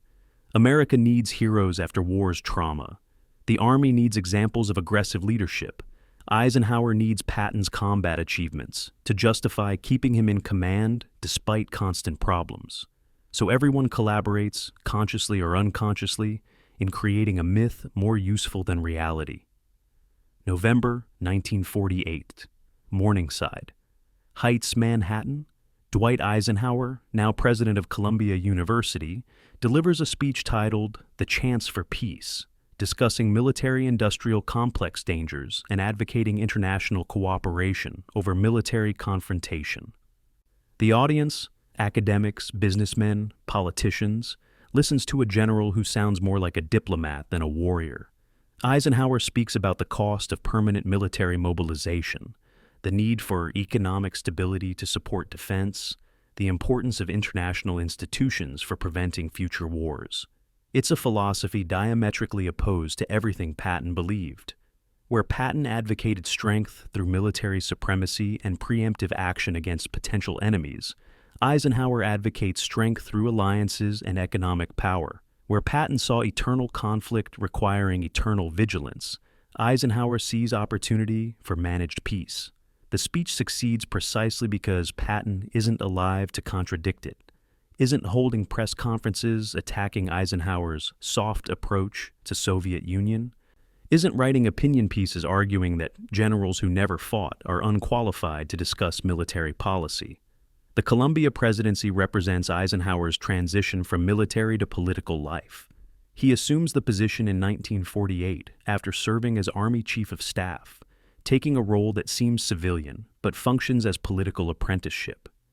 He cultivates relationships with business leaders who fund Columbia, speaks at events that introduce him to political donors, writes articles for foreign policy journals that establish his strategic thinking credentials. It's systematic preparation for political career, using Columbia's prestige to build networks and reputation. The presidency is stepping stone rather than destination, and everyone recognizes it. Eisenhower is being groomed for something larger. Though in 1948, it's unclear whether that's appointed position like Secretary of Defense or elected office like the presidency itself. April 1951 brings Eisenhower's return to military service as Supreme Commander of NATO, the North Atlantic Treaty Organization, established 1949 to deter Soviet expansion into Western Europe. The assignment is perfect for Eisenhower's skill set. Coalition management requiring coordination between 12 national militaries, diplomatic sensitivity to balance French, British, and American priorities, strategic planning without actual combat operations. It's everything he excelled at during World War II, without the complications that Patton created. Eisenhower establishes integrated command structure, coordinates nuclear deterrence strategy, manages alliance politics with the same patient diplomacy that sometimes frustrated Patton, but succeeded in maintaining coalition unity. The NATO command demonstrates what Eisenhower does best, building institutions that outlast individual leaders, creating structures that function through consensus rather than dominance. The NATO role requires skills Patton never possessed. Eisenhower must convince European allies that American military presence enhances rather than threatens their sovereignty. He must coordinate with governments whose domestic politics oppose rearmament, while arguing that collective defense requires military buildup. He must balance deterrence, making nuclear response credible enough to prevent Soviet aggression, against escalation, ensuring defensive posture doesn't trigger war through miscalculation. These are political military problems requiring patience, compromise, and tolerance for ambiguity. Patton would have been catastrophic in this role, demanding unilateral American command authority, dismissing European concerns as weakness, advocating preemptive strikes against Soviet forces. The contrast illuminates why Eisenhower succeeded in peacetime leadership, while Patton would have failed. Modern warfare requires coalition management as much as tactical brilliance, and only Eisenhower possessed that skill set. July 1952, the Republican National Convention nominates Eisenhower for president. The campaign emphasizes peace and prosperity, ending Korean War, reducing military spending while maintaining security, bringing business efficiency to government. It's the opposite of militaristic campaign Patton might have run. Eisenhower doesn't promise to destroy communism or roll back Soviet gains. He promises to contain communism through alliances and negotiate Korea's conclusion through strength-based diplomacy. The slogan, "I like Ike," emphasizes personal affability rather than warrior credentials. Eisenhower wins 43 states and 442 electoral votes, defeating Democrat Adlai Stevenson decisively. The victory demonstrates that Americans in 1952 preferred diplomatic generals over warrior generals, prefer Eisenhower's coalition management skills over Patton-style aggressive confrontation. It's vindication of Eisenhower's entire approach to leadership. The presidency itself, 1953 through 1961, tests whether Eisenhower's coalition management translates to executive leadership. He faces crises that might have tempted Patton-style military solutions. Iran, 1953, Guatemala, 1954, Suez, 1956, Lebanon, 1958, Berlin, 1958 through 59, U-2, Incident 1960. In each case, Eisenhower chooses strategies avoiding direct military confrontation, covert operations in Iran and Guatemala, diplomatic pressure during Suez, limited interventions in Lebanon, patient negotiation over Berlin, damage control after U-2 shoot-down. Critics argue he's too cautious, that stronger action could have achieved better results. Supporters argue he preserved peace during nuclear age's most dangerous period, that avoiding World War III matters more than achieving tactical victories. The New Look defense doctrine reveals Eisenhower's strategic philosophy evolved directly from World War II coalition management. Rather than maintaining massive conventional forces to fight every potential conflict, Eisenhower prioritizes nuclear deterrence and alliance systems. The strategy accepts higher risks. Nuclear response to Soviet aggression might trigger mutual destruction. In exchange for lower costs, nuclear weapons are cheaper than massive armies. It's economically efficient and strategically terrifying, requiring discipline to avoid escalation. Patton would have hated this approach, preferring conventional military superiority, advocating preemptive action against Soviet forces, viewing deterrence as cowardice disguised as strategy. But Eisenhower's approach preserves peace through his presidency, while Patton's approach would likely have triggered conflicts that could have escalated to nuclear war. The Korean War's conclusion demonstrates Eisenhower's diplomatic approach versus hypothetical Patton approach. Eisenhower ends the war through armistice negotiations, accepting partition at 38th parallel rather than pursuing military victory. Critics argue he surrenders to communism, that MacArthur was correct in wanting to expand the war into China, that negotiated settlement is defeat disguised as peace. Eisenhower responds that military victory in Korea would cost hundreds of thousands of American lives while risking Chinese or Soviet intervention, potentially triggering World War III. The armistice is compromise that limits casualties and prevents escalation. It's exactly the kind of political solution Patton would have rejected as appeasement, and exactly the kind of realistic assessment that preserves American strength for battles that matter more. Eisenhower's reflections on Patton emerge in 1957 interviews with military historians. He acknowledges Patton's tactical genius and combat effectiveness, while noting he was impossible to work with in peacetime and lacked political judgment necessary for high command and coalition warfare. The assessment is fair and damning. Patton was brilliant within narrow scope of tactical operations, but unsuited for strategic command requiring political sensitivity. Eisenhower notes that relieving Patton from Bavaria command was one of the hardest decisions I made, but also inevitable given his complete inability to understand occupation requirements. The hindsight is defensive, Eisenhower justifying decisions he made 30 years ago, but also accurate. Patton's failures in occupation proved he possessed combat skills, but lacked administrative capabilities. The implicit question underlying Eisenhower's presidency is whether Patton could have succeeded in nuclear age leadership. The answer is almost certainly no. Patton's worldview, that conflict is eternal, enemies must be destroyed preemptively, diplomatic compromise equals weakness, is fundamentally incompatible with nuclear deterrence requiring restraint and tolerance for ambiguity. Patton advocating immediate war with Soviet Union in 1945 might have prevented Soviet expansion or might have triggered nuclear conflict killing millions. There's no way to know, because Patton died before facing these choices. But Eisenhower's presidency demonstrates that the skills valued in wartime generalship, aggressive decision-making, intolerance for opposition, prioritization of tactical objectives over political considerations, are liabilities in peacetime leadership requiring coalition management and crisis de-escalation. January 1961, Eisenhower's farewell address warns against unwarranted influence of the military-industrial complex, the permanent alliance between defense contractors and military establishment that creates institutional pressure for continuous military buildup and foreign intervention. It's remarkable speech for general-turned-president to deliver, criticizing the very institutions he led, warning that military strength can undermine democracy if inadequately controlled. The warning represents complete repudiation of Patton's philosophy, where Patton advocated permanent military mobilization and aggressive use of force. Eisenhower warns that permanent mobilization threatens democratic values and economic prosperity. Where Patton saw military strength as solution to security problems, Eisenhower sees military strength as creating new problems if inadequately controlled by civilian oversight.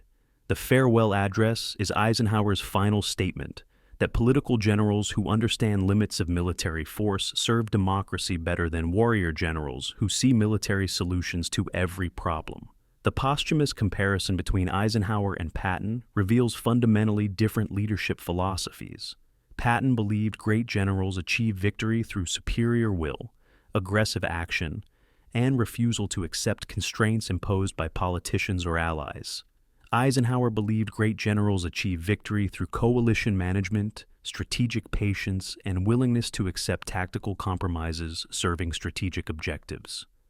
Patton's approach won spectacular battles, but required political protection from superiors.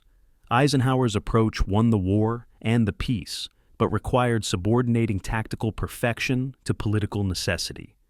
History vindicated Eisenhower's approach through his successful presidency, while suggesting Patton's approach, however brilliant tactically, was unsuited for strategic leadership requiring political sophistication. The tragedy is that both approaches were necessary to defeat Germany, Patton's combat brilliance and Eisenhower's coalition management, but only one approach was suited for post-war leadership. And the approach that succeeded in peace was the one Patton spent his life dismissing as political cowardice. 1970. Patton, Ordeal and Triumph by Ladislas Farago becomes a bestseller, selling over 500,000 copies and introducing new generation to Patton's story. The book rehabilitates Patton's reputation after 25 years of relative obscurity, presenting him as misunderstood genius, whose aggressive tactics won battles while political generals constrained him. Farago emphasizes Sicily and Bastogne, while minimizing occupation failures and denazification disasters. The rehabilitation arrives perfectly timed for Vietnam War era, when many Americans question whether political constraints cost military victory, whether generals like Patton, who advocated unrestricted warfare, were right about defeating communism through strength rather than containment. The book's success demonstrates how historical memory selects useful narratives, Patton as aggressive warrior constrained by timid politicians, while forgetting inconvenient truths like his administrative incompetence and moral failures. The 1970 film Patton, starring George C. Scott, completes the mythological transformation. The opening scene, Scott as Patton standing before an enormous American flag, delivering speech about Americans loving winners, becomes iconic image-defining public memory of the general. The film portrays Patton as tragic hero, brilliant commander whose genius is unappreciated by superiors, warrior whose methods are too aggressive for political generals, man whose combat brilliance is ultimately destroyed by peacetime incompetence. It's selective storytelling that makes Patton sympathetic by emphasizing his strengths while presenting weaknesses as consequences of others' failures to understand him.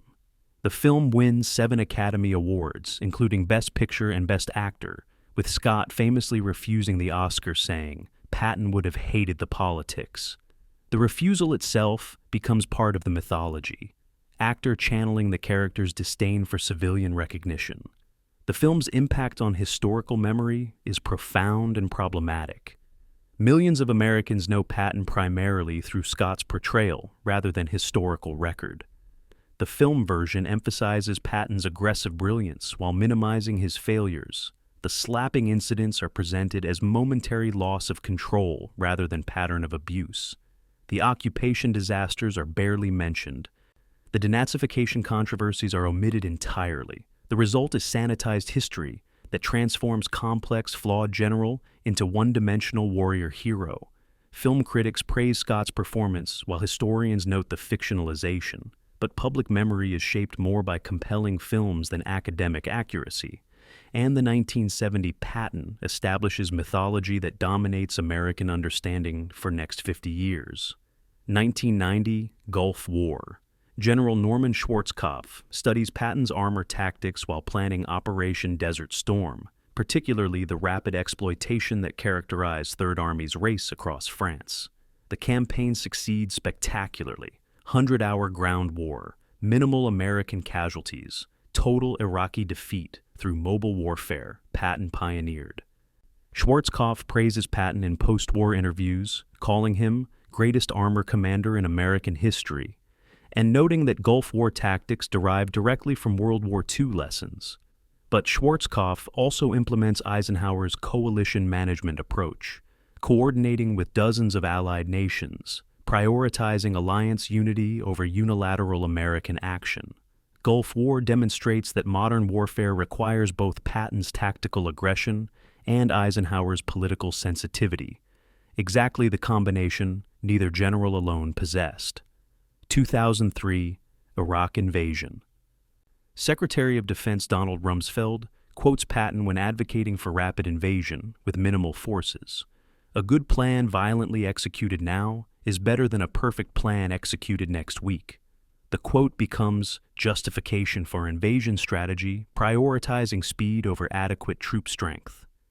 The invasion succeeds militarily. Baghdad falls in 21 days, but occupation fails catastrophically due to insufficient forces and inadequate planning. The parallel to Patton's Bavaria occupation is striking. Brilliant tactician achieves rapid military victory, but lacks skills or resources for successful occupation. Rumsfeld's selective invocation of Patton, using aggressive warfare quotations while ignoring occupation failures, demonstrates how political leaders use historical figures to justify predetermined policies rather than learning actual lessons from history. The contrasting legacies of Patton and Eisenhower in military education reveal their complementary rather than contradictory contributions. United States Military Academy at West Point teaches both generals in different contexts. Patton appears in courses on tactics and operational art, exemplifying aggressive warfare and exploitation operations. Eisenhower appears in courses on strategy and civil-military relations, exemplifying coalition warfare and political military integration. Advanced military education at Command and General Staff College similarly divides the generals. Patton for tactical case studies, Eisenhower for strategic case studies. The institutional recognition is that both approaches are necessary at different levels of warfare. Patton's aggression at tactical level, Eisenhower's caution at strategic level. Modern generals are expected to possess both skill sets, though few succeed at combining them. The historiographical debate continues through 21st century, with scholars divided between Patton was right and Eisenhower was right camps. Patton supporters argue that fuel allocation, Prague halt, and Berlin decision proved Eisenhower sacrificed military advantage for political cooperation with Soviets who exploited that cooperation to dominate Eastern Europe. They claim war could have ended months earlier with better strategic results if Eisenhower had unleashed Patton's aggressive approach. Eisenhower defenders argue that coalition warfare required political compromises, that unilateral American action would have fractured alliance and potentially triggered conflicts with Soviets, that Eisenhower's approach preserved Allied unity while achieving strategic objectives at acceptable cost. Both interpretations are defensible depending on whether you prioritize tactical perfection or strategic sustainability. The 2022 Ukraine conflict revives debates about Patton versus Eisenhower approaches. Ukraine's military employs Patton-style mobile warfare, rapid exploitation, aggressive counteroffensives, prioritizing speed over caution. But Ukraine's strategic success depends on Eisenhower-style coalition management, maintaining Western support through careful political diplomacy, coordinating with NATO without triggering direct Russian-NATO conflict, balancing military objectives against political sustainability. Ukrainian commanders explicitly reference both generals, Patton for tactical inspiration, Eisenhower for strategic caution. The conflict demonstrates that modern warfare still requires synthesis of aggressive tactics and political sensitivity that neither World War II general fully embodied individually. The final assessment of Eisenhower-Patton relationship must acknowledge that neither general could have won World War II alone. Eisenhower needed Patton's combat brilliance to achieve battlefield victories that diplomacy alone couldn't produce. Patton needed Eisenhower's political protection to survive scandals that would have destroyed generals without powerful supporters. They were complementary despite being contradictory, each possessing skills the other lacked, each requiring the other's support despite resenting that dependence. The relationship was professionally necessary and personally toxic, producing military success and psychological damage simultaneously. The tragedy is that both men recognized their mutual dependence while never reconciling their incompatible philosophies. The question of whether history vindicated Patton or Eisenhower is ultimately meaningless because it assumes one approach is correct and the other wrong. The actual lesson is that modern warfare requires both approaches simultaneously. Patton's tactical aggression to win battles combined with Eisenhower's strategic patience to win wars and preserve peace. Democratic nations need warrior generals who excel at combat operations and political generals who excel at coalition management. The error in 1943 through 45 was not deploying either general, but in expecting both generals to operate outside their competencies, Patton in occupation, Eisenhower in tactical command. Both failed when pushed beyond their strengths, both succeeded when employed appropriately. The personal dimension of the Eisenhower-Patton relationship remains tragic regardless of historical judgment. Two friends from Camp Meade destroyed their friendship through war. Unable to preserve the equality of 1919, once hierarchy intervened in 1942.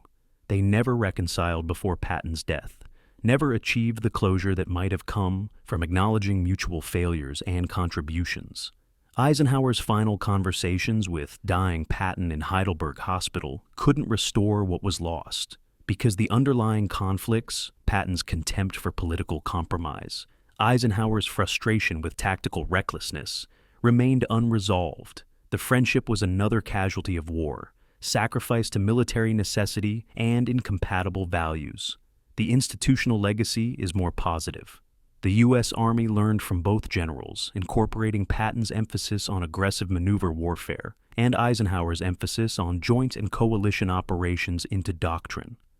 Modern military education teaches future generals that tactical brilliance without political awareness produces brilliant failures, while political sensitivity without tactical competence produces diplomatically acceptable defeats. The ideal is synthesizing both approaches, being Patton at tactical level while being Eisenhower at strategic level. Few generals achieve this synthesis, but the recognition that both skill sets are necessary represents institutional learning from the Eisenhower-Patton partnership. The final scene, worthy of the documentary, would be contemporary. Arlington National Cemetery, 2025. A visitor walks among the graves, finding Eisenhower's marker among presidents and Patton's among soldiers at Luxembourg. The physical separation mirrors their divergent paths from the same war to different immortalities. Eisenhower achieved the political success that peacetime enables, becoming president because he possessed skills suited for managing democracy rather than merely fighting for it. Patton achieved the martial glory that history romanticizes, becoming symbol of aggressive warfare precisely because he died, before his limitations could diminish his tactical achievements. Both legacies are real. Both generals were necessary. And the tension between their approaches, political versus military, caution versus aggression, coalition management versus tactical perfection, remains permanent feature of democratic warfare that every generation must negotiate anew. The Eisenhower-Patton relationship doesn't resolve this tension. It illustrates why the tension is permanent and necessary, because winning wars and preserving peace require contradictory virtues that no single leader possesses completely, requiring partnerships between complementary but incompatible leaders who must cooperate despite never reconciling their fundamentally opposed visions of what victory means.